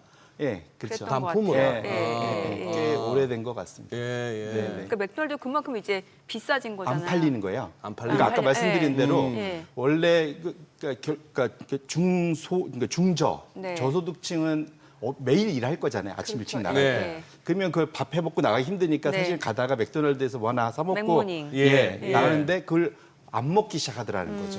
그만큼 사실은 미국의 저소득층은 지금 상당히 사실상 그들은 침체거든요. 네. 그러니까 안 팔리니까 맥도날드도 맞아요. 그 가격을 낮춰서 이제 지금 예. 상품을 내놓고 있는 거거든요. 예. 그러니까 그만큼 사실은 미국 안에서도 K자로 완전히 벌어져 있고 지금 기본적으로 이제 소위 리세션 아이템 뭐 이런 식의 그러니까 디스카운트 뭐 이런 상품들이 네, 조금씩 예. 나오고 있어요. 네. 그래서 그런 만큼 미국 내에서도 이 소득의 그 말씀드린 차별화, 맞아요. 양극화 네. 이것이 매우 심각한 것만은 분명하다 이렇게 보셔야 될 것 같습니다. 먹는 걸 줄인다는 거는 심한 그만큼 거죠. 체감 경기가 안 좋다라는 거거든요. 그럼요. 지금 예. 미국의 그 오토론, 미국은 차 없으면 못 다니는 데인데 서브프라임 오토론이 2008년도 피크를 이미 완전히 넘어서 있습니다. 그러니까 무슨 말이냐면 그러니까 대출 네. 연체 비율이 이미 그러니까 지금 중소 저소득층의 미국의 좀 경제 상황은 상당히 좀 어려운 국면인 것만은 분명하다 이렇게 보셔야 될 것 같습니다. 근데 아까 이제 그 고용 부문에서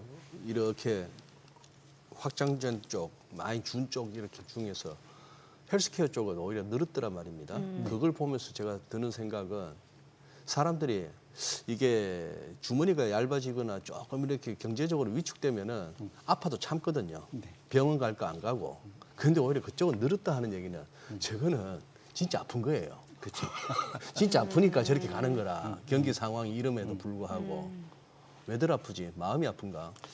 이 마음의 병이 있으면 몸이 아픈 다 연결돼 있지 않습니까? 그럴 수도 있고 아니면 좀 여유가 있는 계층은 그쪽으로 조금 더 소비를 늘렸을 수도 있고. 그럴 네. 수도 예, 있고. 예. 맞습니다. 예. 알겠습니다. 자, 그럼 이제 또 AI 얘기 좀 여쭤볼게요. 최근에 사실 그 뭐죠? 에이트코 홀딩스. 네. 그 많이 오른 이유가 어제 제가 장중에 어제가 아니라 그저께죠. 미국 시간으로 8,000%까지 장중에 갔다가 네네. 예. 8,000%면 몇 배요? 80배인가요? 80배. 예, 그게 네, 네. 한 주에 한 1.4달러 정도였어요. 그런데 장중에 그렇게 올라갔다가 종가가 이제 한 3,000% 이렇게 마무리됐는데 이게 또 월드코인 이슈 때문에 그렇잖아요. 이게 또 오픈 AI하고 연결된 거죠, 다 이게. 다 연결이 예. 돼 있긴 한데 말씀 주신 대로 약간 이제 두 시장이 이렇게 서로 같이 가다가 따로 가다 뭐 이렇게 네, 하긴 예, 합니다. 예, 예. 근데 지금 오픈 AI 자료를 갖고 온 이유가 네. 제가 말씀드린 이번 주는 조금 낮이긴 했지만 엔비디아 포함해서 지난주에 빅테크들이 상당히 좀 부진했어요, 네네. 사실은. 네. 그래서 지금 엔비디아에 대해서 최근 들어서 이제 목표 주가 낮추는 데들도 나오기 시작하고. 근데 그 지난주 한 주 동안 제일 부진한 게 엔비디아, 마이크로소프트, 아마존 뭐 이런 네. 데예요. 근데 이게 이제 왜 이 얘기를 제가 갖고 왔냐면 오픈 AI는 비상장이지 않습니까? 네. 이제 이들은 지금 투자로 유치를 열심히 지금 하고 있는데 지금 이게 1분기 끝나고 그다음에 이번에 2분기 끝나고 자기 기존의 투자 돈 준 사람들한테 보고를 해야 될 거잖아요. 네네. CFO한테 우리가 예상하는 우리가 지금 돈이 앞으로 이렇게 부족하고 언제 돈 벌 거예요 얘기를 하는 건데 지금 캐시번이 얼만큼 될 거냐에 대한 이제 앞으로 현금이 부족할 거. 그러니까 지금 그거가 지금 원래 1, 4분기 끝났을 때는 누적으로 2028년도에 마이너스 350억 정도 부족한데 그거 끝나고 나면 그 다음 해부터는 플러스로 돌아왔을 거예요. 흑자 네. 전환할 거예요. 현금 기준으로는 얘기를 한 건데 이번에 3, 4개월 지나서 이제 더 우는 소리를 하게 된 겁니다. 네. 그래서 지금 보면 누적으로 한 해 더 늘어질 것 같고 2029년까지도 현금이 부족할 것 같고 대략적으로 다 합치면은 1,150억 규모가 어마어마하게 늘었죠. 그러니까 투자를 더 받아야 된다는 얘기예요. 그러니까 돈 우리한테 더 넣어. 네. 안 그러면 우리 이거 장사 못해. 지금 이 얘기하고 있는 지금 거거든요. 상장하겠다는 거죠, 지금. 상장도 해야 되고 지금 돈이 좀 부족해요. 이게 왜냐하면 투자를 해야 뭔가 경쟁을 할 거지 않습니까? 누구한테 받겠다는 겁니까, 투자를? 예? 뭐로? 지금 뭐 소프트뱅크나 이미 이런 데서도 받고 있고 그럼 IPO 하면 이제 일반 대중한테도 받는 그렇죠. 거잖아요. 네. 그래서 이건 이제 그만큼 오픈 AI가 지금 급하다 역으로 말하면 그래서 이걸 그러니까 사실은 이게 의미하는 바는 뭐냐면 이 AGI 되게 멋있고 챗GPT 되게 멋있는데 네. 실제로는 돈은 안 된다 지금 그 얘기인 거거든요. 돈은 안 된다. 사실은. 그러다 보니까 그와 유사한 지금 AI 돈을 퍼붓고 있는 마이크로소프트, 아마존, 메타 이들도 AI 분야는 지금 어려운 거 아니야? 그걸로 계속 돈 벌 수 있겠어? 돈은 거기다 엄청나게 투자하고 있는데 이런 생각이 드는 거고 그러면 결국은 엔비디아가 지금 당장은 돈도 잘 벌고 있지만 그들이 투자를 안 해주면 왜냐하면 전체 지금 매출의 절반이 그런 빅4에서 다 나오고 있는데 예. 그들이 돈을 못 벌고 있다면 오픈 AI 포함해서 이러면 이거 좀 어려워지는 거 아니야? 이런 걱정이 이제 나타나는 거죠. 그래서 사실은 오픈 AI의 프리 캐시 플로우가 마이너스가 상당히 더 커지고 오래 간다는 거. 이거 자체는 이게 AI 투자 진영 입장에서는 상당히 긴장하게 만드는 그러한 그 오픈 AI의 자신들의 좀 예상이다. 이렇게 보셔야 될 것 같습니다. 네. 적어도 한번 정리 한번 해주시죠. 지금 이제 이시바 총리가 좀 일찍 물러나게 됐습니다. 네. 이시바 총리는 아베 노선 경제적인 측면에서는 아베하고 비슷했나요? 아니면 결이 달랐나요? 완전 다르죠. 완전 달랐다. 완전 다르죠. 왜냐하면 소위 균형 재정 아하. 원하고 중앙은행 통화 정책의 독립성, 중앙은행의 독립성을 지지하는 네. 그런 쪽이라고 보셔야 될 것 같고 예. 말씀 주신 대로 지난 주말에 이시바 총리가 전격 퇴진을 발표를 했습니다. 예. 그래서 이제 앞으로 이제 자민당의 새로운 총재를 뽑는데 예. 총재를 뽑으면 보통 과거의 경우는 자민당이 늘 과반이 넘었기 때문에 자연스럽게 총리도 됩니다. 자민당 총재 이꼬르 일본 총리였죠. 예. 그런데 지금은 둘 다 과반이 안 되기 때문에 예. 상원 하원에서 예. 그러니까 중의원, 참의원 다 안 되고 있어서 그렇게 놓고 보면 꼭 된다는 보장도 없긴 한데 어쨌거나 좀 그러면 결국은 열린 내각이네요. 어딘가 하고 그렇게 되지 않을까 지금 생각들을 하고 있는데 결론적으로는 지금 상황은 2명으로 좀 압축이 돼 있는 것 같아요. 그러니까 한마디 원래 저번에 가장 경합을 했던 이시바하고 경합을 했던 게 다카이치 사나에 소위 여성 아베라고 불리는 아하. 좀 더 센 아베, 더 센 아베. 네, 더 센 아베 좀 상당히 이제 좋게 말하면 강경 우파, 예. 극우에 가까운 이제 그런 부분이라고 보여지는데 이분 우리 입장에서 이제 경제 정책을 봐야 될 텐데 이분이 원하는 거는 통화를 완화하고 재정을 자극한다, 돈 쓰겠다는 거예요. 그래서 기준금리 인상 반대, 뭐 이런 쪽입니다. 그러다 네. 보니까 시장에서의 전망은 이 사람이 만약에 총리가 되면 금리는 단기는 내려올지 몰라도 장기는 튈 거다 위로. 왜냐하면 재정 안 그래도 지금 저쪽은 부채가 많은데 채권 더 찍어갖고 돈 쓰면 큰일 난다. 막 이제 그래서 금리가 올라갈 거다. 그리고 엔화 약세. 그다음에 돈 푼다 보니까 단기적으로는 주식에 호조일 수 있는데 길게 놓고 보면 저렇게 되면 안 그래도 좀 일본 부채에 대한 걱정이 큰데 신용 등급이 더 내려갈 거고 이렇게 되면 트리플 약세. 3중 약세에 들어갈 건데 그러면 주식, 채권, N 환율까지 다 좀 약세를 갈 수가 있어서 예. 오히려 투자자들 입장에서는 지금 다카이치 사나이가 되는 것에 대해서 상당히 긴장을 하고 있다 보셔야 될 것 같고요. 두 번째로는 고이치미 신지로. 네. 예, 이분이 좀 재밌는 분이죠. 여기에 제가 저기다 써놨는데 지금 펀쿨 색좌라고 들어보셨습니까? 펀쿨, 색좌. 색좌. 좌는 본좌는 하는 이런 좌. 뭐든가에 예, 예. 이게 우리나라에서 만들어준 네, 네. 별명입니다. 네. 이게 이분이 누구냐면 고이치미 주니치 예.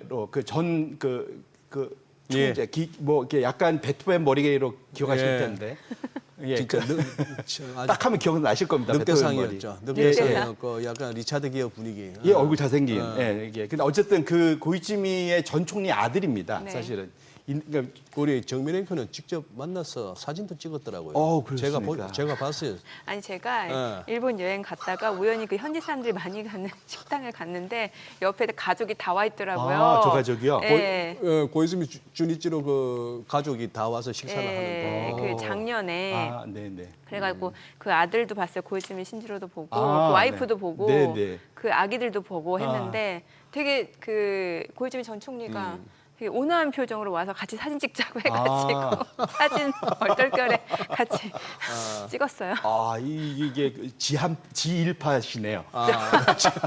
저는 그 사진도 직접 봤다는. 네. 네. 예, 제가 너무 신기해서 근데 보내드렸거든요. 총리 가능성이 제일 높습니다 지금. 지금? 예, 그러니까 고이즈미 신지로가 네네 지금 그 아사인가 거기에서 가장 최근에 그 조사한 거에 따르면 고이즈미가 될 가능성이 27%, 아까 다카이치 사나이가 될 가능성이 22%로 고이즈미가 될 가능성이 좀 더 높은 걸로 좀 알려져 있습니다. 근데 이게 그런데 아까 펀쿨 색자를 해서 예. 이게 뭐냐면 19년도에 UN 기후 대회 네. 거기 가서 예. 인터뷰를 했습니다. 기후 변화, 기후 정책에 대해서 어떻게 생각하십니까? 그랬더니 기후 정책은 그러니까 저분이 영어는 잘한대요. 콜롬비아 대학교 나와서.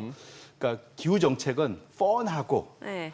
쿨하고 네. 섹시한 겁니다. 이렇게 얘기한 거예요. 영어로 진짜로. 영어로. 저는 이제 본인 캐릭터로 저렇게 얘기했다는 줄 알았어요. 그게 아니고 진짜 기후 정책은 이런 기후 겁니다. 정책이 예, 그때 기후 한참 정책이란 무슨 건 기후 할 텐데 예, 그래서 이거 네. 상당히 재미있고 재밌고 예, 상당히 막 나이스하고 그러니까 쿨하고. 그 다음에 섹시하다, 매력적이다, 뭐 이렇게 얘기를 한 그렇게 거죠. 얘기한 거예요? 예, 그래서 이제 펑쿨 색자가 됐는데 그래서 난리가 났죠 일본 내에서. 그래서 이제 대체 그게 무슨 뜻이에요?라고 난리 나서 질문을 했더니 그 당시 대답이 뭐였냐? 여기에 대해서 설명하는 건 재미가 없어요. 이렇게 그것도 예, 그러네. 그래서 결론적으로 뭐냐면 왜 그럼 저분이 이렇게 인기가 좋냐? 기존에 워낙 그러니까 노예한 그런 그 소위 정치인들에 대한 이제 소위 반감 뭐 이런 것도 있지만 이분이 상당히 뭐랄까 투명하잖아요.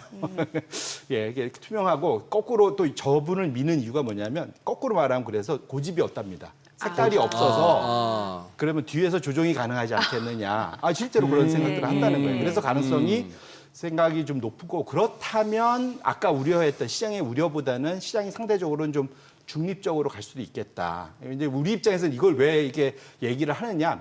일본이 전 세계 채권국이지 않습니까? 우리가 우리가 작년에 엔케리 트레이드 청산의 엄청난 파워를 한번 봤잖아요. 그렇기 때문에 일본의 차기 총리가 누가 되고 그들이 어떤 경제 정책을 하느냐는 매우 중요한 상황이기 때문에 이것도 우리들이 마치 미국 열심히 봤지만 예. 일본의 차기 앞으로 지금 10월 4일이 지금 기준인 것 같아요. 예. 그때까지는 좀 집중해서 보실 필요가 있겠다 이렇게 말씀드립니다.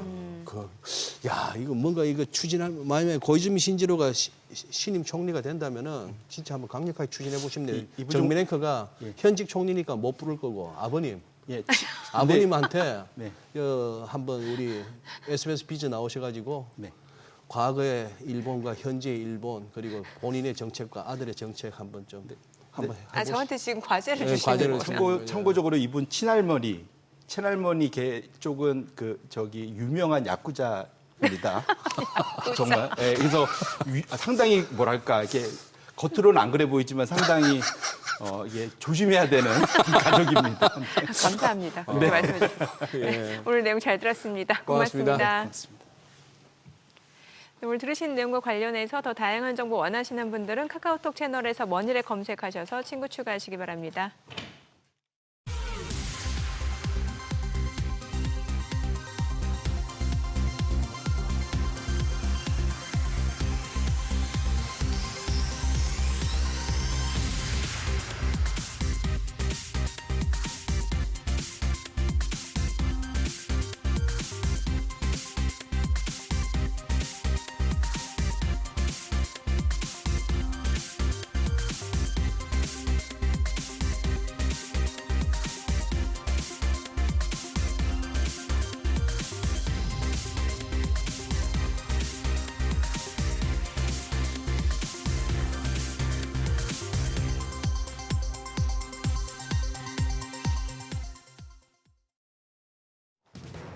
이 시각 시황입니다. 국내 증시가 계속해서 상승 가도를 달리고 있습니다. 정책 모멘텀과 또 금리 인하 기대감이 동시에 작용하면서 오늘도 코스피와 코스닥 모두 상승합니다. 코스피가 1% 가까운 오름세로 3,290선 나타내고 있고요. 코스닥도 0.57% 강세, 829포인트에서 움직임 전개됩니다. 수급 상황 보시죠. 오늘 유가증권 시장 외국인이 매수 우위를 보이고 있습니다. 1,072억 원 사자 포지션 취하고 있고 반면 기관도 매수 우위로 전환이 됐습니다. 543억 원 매수 우위. 오늘은 개인만 2,335억 원 팔아내고 있습니다.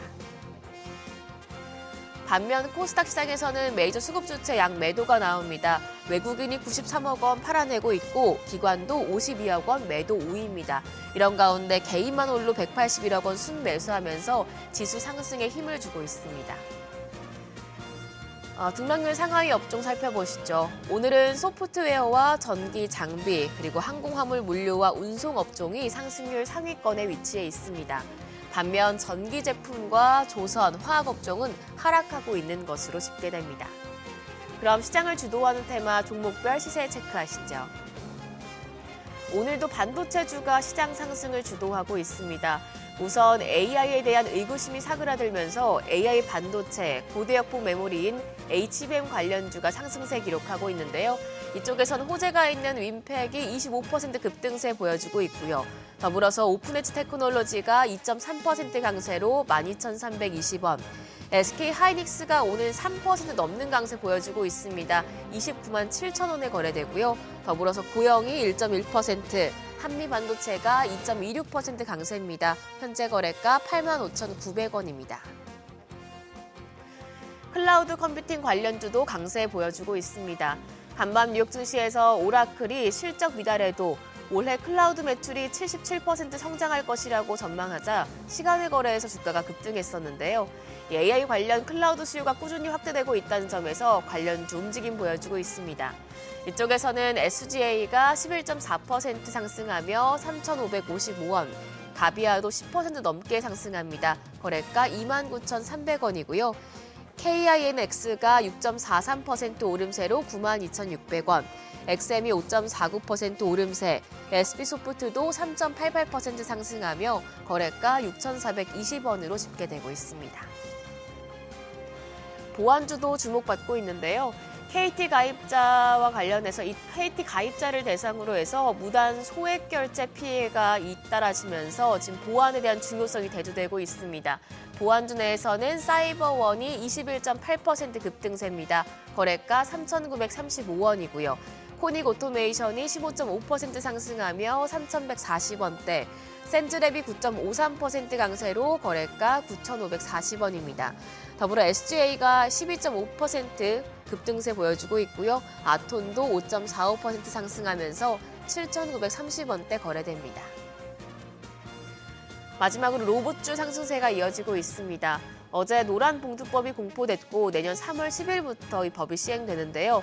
법 시행으로 기업들이 노조 리스크를 피하기 위해서 로봇과 자동화 설비 도입을 가속화할 것으로 전망되며 로봇 관련 기업들의 매수세가 몰리고 있습니다. 로봇주 내에서는 코닉 오토메이션이 17% 가까운 급등세 보여줍니다. 3,170원이고요. 하이젠 R&M이 7.28% 오름세로 4550원. 그밖에 K&R 시스템이 3.6%, 원익홀딩스도 3.7% 상승세 보여주고 있고요. T로보틱스까지 2% 가까이 올라갑니다. 거래가는 11,720원입니다. 오늘도 양지수 정책 기대감과 금리 인하 기대감을 반영하며 상승세 이어가고 있는데요. 다만 코스닥 시장에서 메이저 수급 주체 모두 팔자 포지션 취하고 있어서 외국인과 기관, 순매수 내도한 종목 확인이 필요하겠습니다. 지금까지 시장 상황 전해드렸습니다. 서학개미 브리핑입니다. 지난 한 주간 서학개미의 거래 내역 살펴보시죠. 먼저 4위와 5위는 테슬라 관련 종목들입니다. 5위 TSL은 매도 우위, 그리고 4위 테슬라는 매수 우위인데요. 최근 테슬라 주가 흐름이 나쁘지 않았습니다. 머스크 CEO에게 최대 1조 달러에 달하는 주식을 지급하는 새로운 보장안이 공개되면서 4% 가까이 급등하기도 했는데요. 이에 저가 매수 규모가 소폭 늘은 가운데 지난달 테슬라의 미국 시장 점유율이 38%로 8년 만에 최저치로 떨어졌다는 보도가 나왔습니다. 전기차 세액공제 만료를 앞두고 미국 내 전기차 판매가 증가하는 흐름과 역행이라서 더욱 충격이었는데요. 이에 주가가 소폭 떨어지자 TSL에 대해선 차익 실현에 나선 것으로 풀이됩니다. 3위는 엔비디아입니다. 최근 브로드컴이 호실적을 발표하고 오픈AI로 추정되는 100억 달러 규모의 신규 고객을 확보했다는 소식이 나오면서 브로드컴의 주가가 날개를 달았습니다. 이처럼 브로드컴이 강력한 경쟁자로 부상하자 엔비디아의 시장 점유율이 약화할 것으로 예상되면서 시티그룹이 목표 주가를 내리기도 했는데요. 그러나 이내 월가에선 엔비디아가 여전히 AI 프로세서 분야의 선두를 유지할 가능성이 크다는 평가가 나오면서 우려를 불식시켰는데 이에 서학개미도 매수에 나선 것으로 풀이됩니다. 마지막으로 2위는 필라델피아 반도체 지수의 하루 수익률을 3배로 따르는 엑소엑셀입니다. 고용 충격을 무난히 소화해낸 뉴욕 증시가 금리 인하 기대감에 초점을 맞추면서 특히 기술주가 강세를 보이고 있습니다. 여기에 브로드컴 훈풍까지 불면서 기술주의 날개를 달아줬는데요. 그러면서 서학개미도 앞으로의 급등을 기대하고 저가 매수에 나선 모습입니다. 이어서 뉴욕 증시에서 주목받은 종목 리포트 살펴보겠습니다. 앞서 시티그룹이 엔비디아의 목표 주가를 내렸다고 말씀드렸는데요. 기존 210달러에서 200달러로 하향 조정했는데 브로드컴의 점유율 확대가 엔비디아의 경쟁 위협이 된다고 분석했습니다. 브로드컴이 실적 발표에서 4번째 AI 반도체 고객을 확보했으며 이로부터 100억 달러의 매출이 발생할 것으로 예상했는데 이로 인해 엔비디아가 상실한 잠재적인 매출이 120억 달러에 달한다고 보고 있다고 언급했습니다. 향후 경쟁이 더 심화될 거란 점도 주의할 필요가 있다고 했는데요. 다만 중국 사업이 정상화됨에 따라 시티그룹의 엔비디아 전망치가 상향 조정될 수도 있다고 밝혔습니다.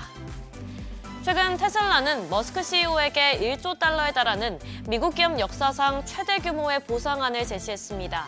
이와 관련해서 스티펄은 보상안을 평가하며 머스크 CEO가 테슬라 경영에 집중하도록 요구하는 내용이라고 분석했습니다.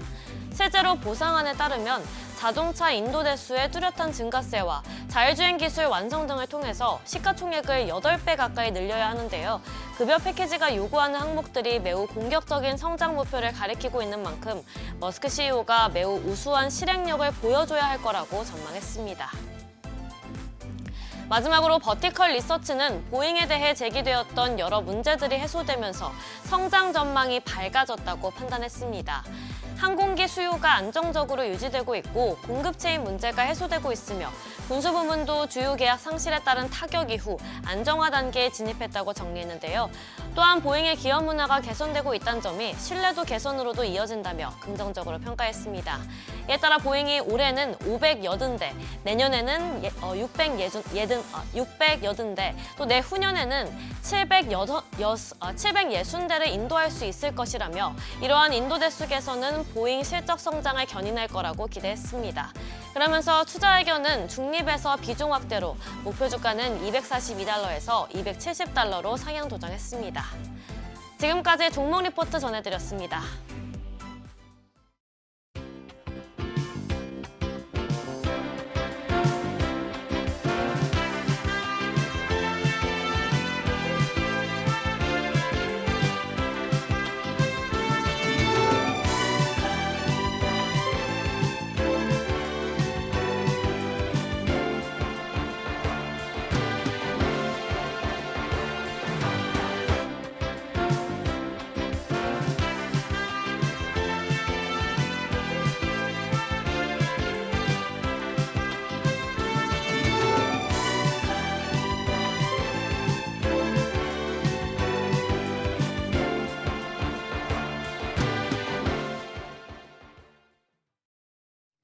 국내 증시 개장 상황 특징 업종 알아보도록 하겠습니다. 네, AJ 인베스트먼트 이재규 주식전략본부장 나와 계십니다. 어서 오세요. 안녕하세요. 예, 지금 앞서 증시타임에서 송정인 대표하고 뭐 웃고 즐기다 보니까 벌써 이거 3,294 네. 이 연중 고점 돌파돼 버렸습니다. 네. 와, 하이닉스도 아주 세고 삼성전자는 이거 74,000원 전고점만 넘기면은 이거 진짜 이거 일내나 싶을 정도인데. 호우 어떻게 보세요 지금? 네, 일단 우리가 기다렸었던 그런 내용들이 정책적으로 우리나라 내부적으로는 나오고 있는 것 같습니다. 그래서 이 대주주 양도세와 관련되어 있는 어떻게 보면 약간의 문제가 예. 해결이 되면 예. 이제 외국인들 같은 경우도 우리나라에 자금이 들어올 가능성이 전 높다라고 생각이 되거든요. 환율 같은 경우도 유리하게 좀 진행이 되고 있는 부분들을 전반적으로 고려를 해보면 일단 어제 같은 경우도 장 초반에 선물 쪽에서 외국인들이 포지션을 그렇게 강하게 매수 쪽으로 가져오지 않았었는데 네. 그 대주주를 50억으로 이제 그 기준을 유지하겠다라는 내용들이 좀 돌면서 자금이 좀 강하게 들어온 것 같아요. 그러니까 외국인들 입장에서는 추후에 개인 투자자분들이 매수를 할 수도 있다라는 관점으로도 매수가 들어왔을 가능성이 전 있다라고 보거든요. 그렇기 때문에 전반적으로 이제 국내적인 요소가 완화가 되고 있는 부분들이 긍정적인 모멘텀으로 작용이 되고 있는 것 같고, 뭐 미증시 같은 경우도 계속해서 신고가를 만들어가고 있죠. 그래서 미증시가 뭐 과열됐다라는 이야기들도 있는데 미국에 이제 경기 모멘텀 지표라는 게 있더라고요. 근데 이 경기 모멘텀 지표가 과거에 금리 인하를 할 때에는 이 경기 모멘텀 지표가 안 좋았을 때는 경기 침체에 대한 우려로 인해서 우리가 금리 인하를 했다라고 합니다. 그래서 우리가 실제로는 금리 인하가 된 이후에는 글로벌 증시가 좀 둔화됐었던 경우가 더 많이 있거든요.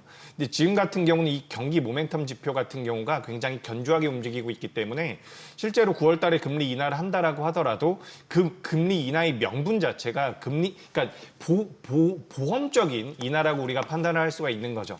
그렇다라고 한다면 전반적으로 경제 상황이 멀쩡한 상황에서 견고한 상황에서 추가적으로 이제 우리나라 같은 경우는 정책적인 그런 불확실성이 좀 제거가 되다 보니까 자금이 좀 공격적으로 들어오고 있는 것 같습니다.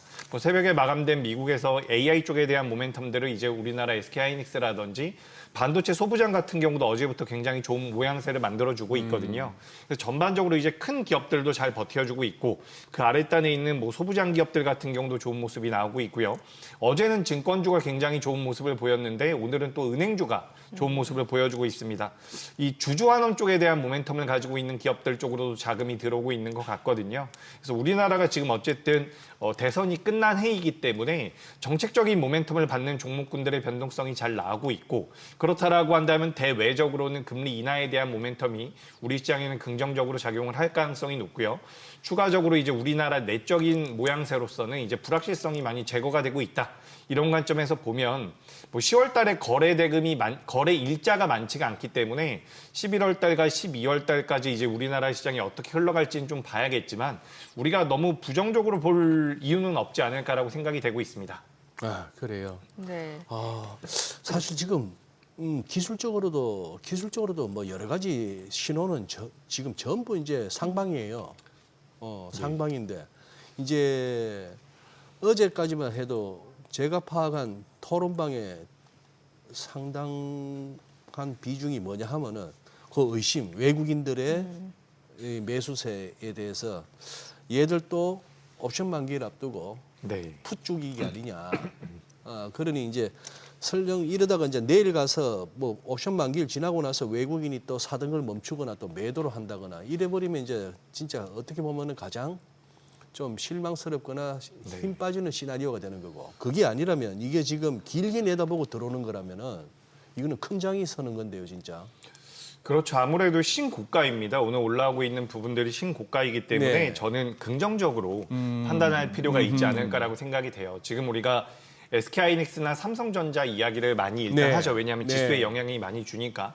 어제 같은 경우는 삼성전자와 SK하이닉스 쪽에 대한 외국인들의 순매수가 많이 들어왔는데 실질적으로 SK하이닉스 같은 경우는 PER 기준으로 6배에서 7배 수준이거든요. 제가 알기로는 마이크론이 10배가 넘어갑니다. 네. 그러니까 과거에도 마이크론과 SK하이닉스의 그런 밸류 차이는 있었어요. 예. 항상 있었기 때문에 우리나라 SK하이닉스가 점유율 면에서 기술력 면에서 앞서 나간다라고 해서 무조건 요 밸류의 갭이 줄어든다라는 그런 주장은 아니지만 실질적으로 지금 벌어져 있는 상황은 맞다라는 거죠. 우리나라 기업들이 더 잘하고 있는데 미국 기업이란 이름만으로 그런 명분만으로 멀티플을 더 받고 있는 부분들은 있거든요. 그래서 우리나라 삼성전자와 SK하이닉스가 좀 견조하게 움직임이 나오고 있는 것은 어떻게 보면 대한민국 시장에 대한 기대감과 반도체에 대한 기대감이 예. 전반적으로 작용을 하고 있는 게 아닌가라고 생각이 됩니다. 그리고 이제 제가 아까 전에 방송을 잠깐 봤는데 네. 그 9월 달에 우리 시장이 안 좋다라는 이야기나 뭐 미국의 S&P 500이 안 좋다라는 이야기들이 많잖아요. 그랬죠. 저도 그런 이야기들을 많이 하고 있었는데 제가 좀 정확하게 좀 따져봤어요. 따져봤더니 코스피와 코스닥이 지난 25년 동안 상승 하락 횟수가 거의 비슷합니다. 9월 달에.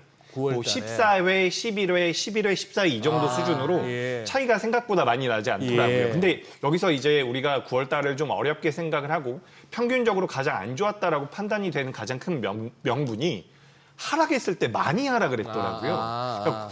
그러니까 평균적으로 우리가 올라왔을 때는 상승률이 3% 정도 된다면 하락할 때는 거의 7% 정도가 나왔더라고요. 그래서 제가 왜 그런가 이것도 좀 찾아봤더니 뭐 9월 달에 블랙 먼데이라든지 9.11 테러라든지 이런 안 좋은 악재들이 굉장히 강하게 나왔었던 적이 있습니다. 만약에 올해 2025년도 9월 달에 그런 큰 악재가 없다면 예. 9월 달 같은 경우도 저는 이번에는 좀 긍정적인 흐름도 나올 수 있지 않을까라고 생각이 돼서 일단 내일 옵션 만기일이기 때문에 내일 좀 지나가고 만약에 지금부터 매매를 하신다면 내일 모레부터 매매를 하시면 좀 더 좋지 않을까라고 생각이 되고요. 어쨌든 변동성이 나올 가능성이 높기 때문에 그렇게 좀 말씀드리고 전반적으로 큰 흐름상으로는 신고가라는 게 쉽게 만들어지는 게 아니거든요. 네. 그렇기 때문에 저는 긍정적으로 시장을 보고 있습니다. 예. 아니 그리고 저는 오늘 이제 앞서 지금 삼성전자, SK하이닉스도 말씀을 주셨는데 뭐 수급적으로 봤을 때 외국인 사서도 있겠습니다만 반도체 전반적으로 좀 다시 한번 지금 시장 상승을 이끌고 있는 게 또 간밤 오라클 실적이 나왔잖아요. 네. 근데 이게 사실 매출이라든지 주당 순이익은 예상치를 밑돌았는데 가이던스가 좋았단 말이죠. 결과적으로 AI는 계속 갈 수밖에 없다. 네. 그래서 반도체 쪽에 대한 수요가 늘어날 수밖에 없다. 이런 연결고리가 있는 게 아닌가라는 생각도 들거든요. 예, 맞습니다. 그 부분도 당연히 맞는 예. 것 같아요. 그래서 지금 새벽에 마감된 미증시에서 이 오라클 같은 경우는 가이던스가 굉장히 좋게 나오면서 네. 시간 외에서 많이 올라왔고 전반적으로 이 필라델피아 반도체 지수도 좋은 모양새가 만들어지고 있거든요. 그러니까 지금 AI 쪽에 대한 투자가 예를 들어서 2024년도에는 2025년도에 한 100 정도 투자를 할 거야라고 예상을 했다면 올해는 그거보다 더 많은 투자를 하고 있는 상황입니다. 네. 그러니까 우리가 예상했었던 것보다 더 많은 투자가 진행이 되고 있다는 부분들이 이 AI 쪽에 대한 캐파 성장에 대해서 가속화가 될 가능성이 있다. 그러니까 우리가 캐펙스 투자가 줄어들까 봐 걱정을 했었던 네. 부분들이 있는데 그 부분들이 이제 좀 완화될 가능성이 있다라는 분석이 나오고 있고 지금 전반적으로 보시면 뭐 HBM 쪽이라든지 CXL 쪽이라든지 그리고 레거시 쪽 같은 경우도 굉장히 좋은 주가 흐름이 나오고 있거든요. 예. 결국에는 얼마 전에 브로드컴이 에이직 쪽에 대한 모멘텀들을 한번 만들어줬는데 에이직 반도체, 우리가 맞춤형 반도체라고 이해를 하시면 좋을 것 같은데 맞춤형 반도체가 만들어진다라고 하더라도 HBM은 붙게 되거든요. 그렇기 때문에 HBM 쪽에 대한 수요가 계속해서 견조할 가능성이 높고 작년부터 올해까지 HBM 쪽에다가 투자를 많이 했기 때문에 과거 레거시라고 이야기하고 있는 DDR4라든지 DDR5 같은 경우는 쇼티지가 나올 가능성도 있습니다. 그렇다라고 한다면 가격적으로 우리나라 기업들이 메리트가 생길 가능성이 굉장히 높다라는 거죠. 그래서 오늘 TSMC가 아마 실적이 아니라 그 매출이 어느 정도 나오는지 가이던스가 나올 텐데 TSMC가 뭐 잘해주고 있다라는 부분들이 다시 한번 확인이 된다면 다시 한번 주가가 올라올 가능성이 있다라는 의견 드리면서 네. 지금 반도체도 굉장히 저는 긍정적으로 보여진다라는 의견 그리고 최근에 시장의 트렌드 자체가 조선주 같은 경우도 대형주들이 많이 움직이다가 요즘에는 조선 기자재가 많이 맞아요. 움직이죠. 반도체 같은 경우도 대형주가 이런 식으로 좀 버텨준다라고 한다면 시차가 어느 정도 생길 수도 있겠지만 소부장 같은 경우도 탄력적인 모습이 나올 수 있겠다라는 말씀 드리겠습니다. 네. 어제 뭐 애플이 신제품 발표한다고 행사는 아주 크게 하고 인상적이었던 거는 뭐 기능은 다들 좋아지면서 가격은 안 올리든지 오히려 내리기도 해서 야 싶었는데 근데 주가는 좀 시원찮았고요 애플이 우리나라에서도 애플 관련주다 할 만한 종목들이 좀 있잖아요. 그렇죠. 일단 가장 대표적인 기업은 LG 이노텍인데 네. LG 이노텍이 오늘 개장하고 나서 계속 밀리고 있습니다. 4% 떨어지네요. 4.5% 이렇게 좀 밀리고 있는데 애플의 주가 흐름과 어느 정도 연동이 되는 게 아닌가라고 생각이 돼요. 우리가 이제 LG 이노텍도 그렇고요.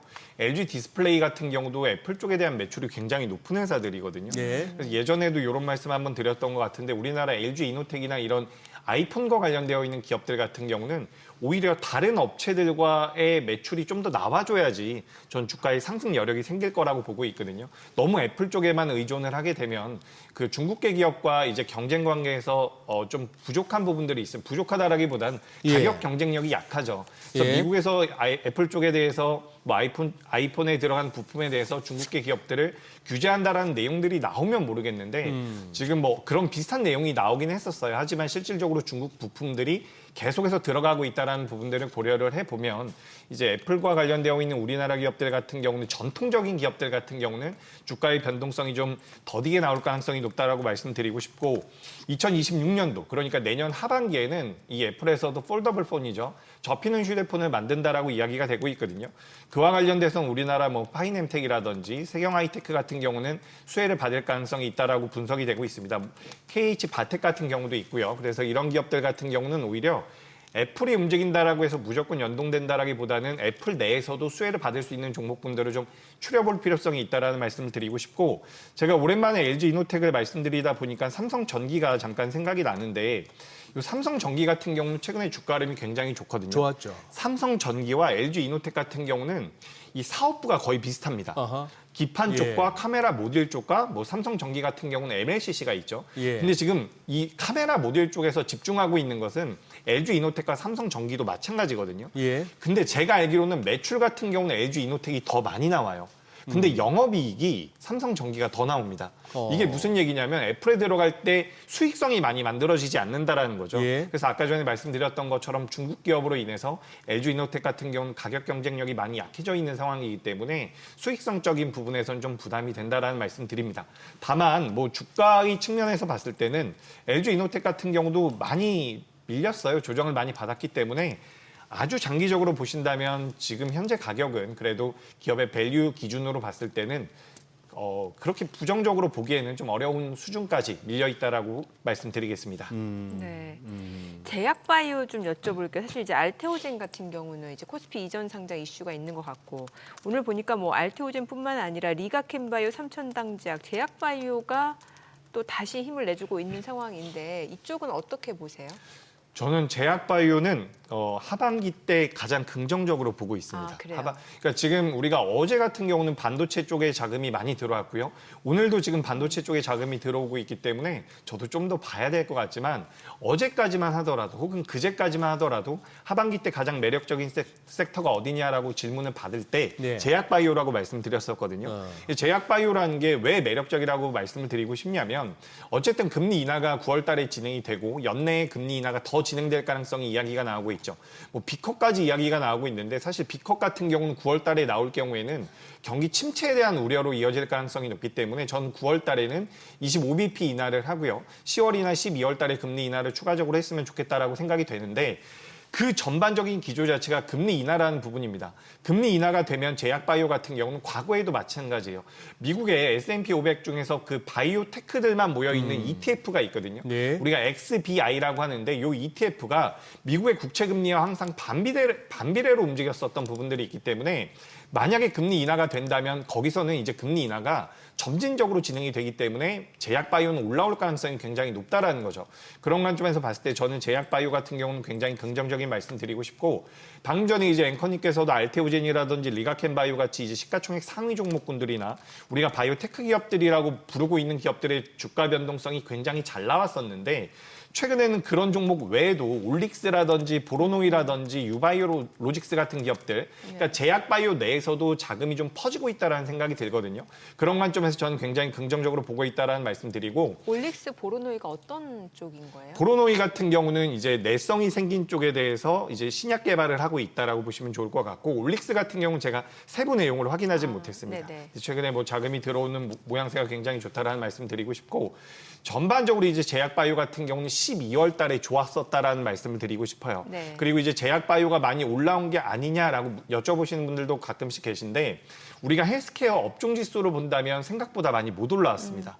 그렇기 때문에 12월 달에는 저는 제약바이오 같은 경우는 긍정적인 모양새가 만들어질 가능성이 높다라고 보고 있기 때문에 반도체나 그리고 지금 그 상법 개정, 그 세제 개편 쪽과 관련돼서 지주사 그리고 이제 변동성이 좀 큰 쪽에서는 제약바이오나 로봇 쪽 같은 경우도 계속해서 체크해 보실 필요가 있지 않을까라는 말씀드리겠습니다.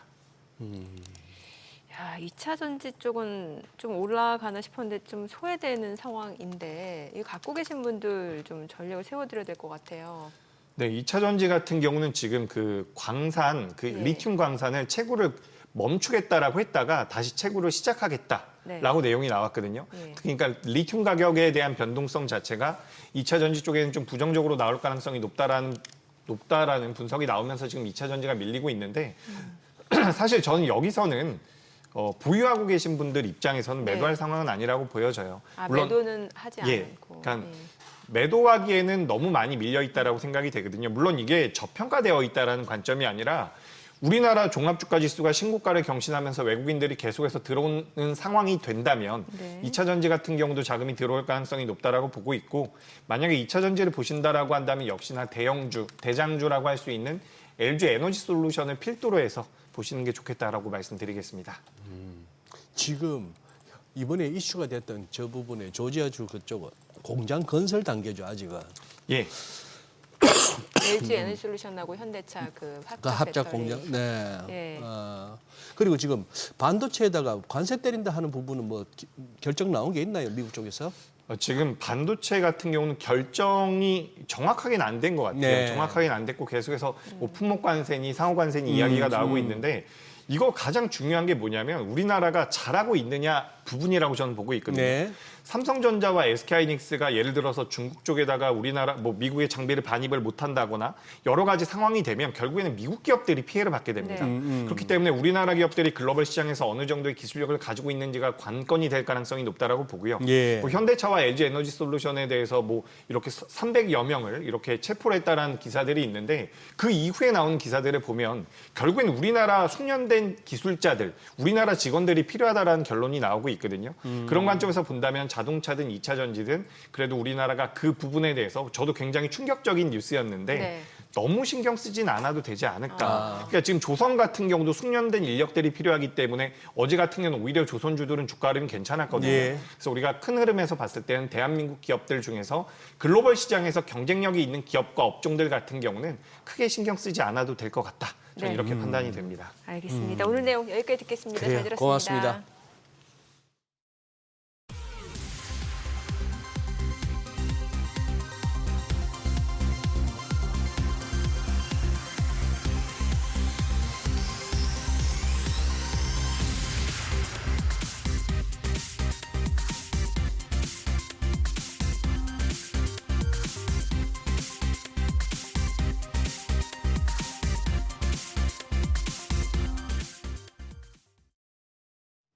아니 어제부터 시장이 개장하고 나서 오히려 상승폭이 더 확대가 되고 그럼 굉장히 좋습니다.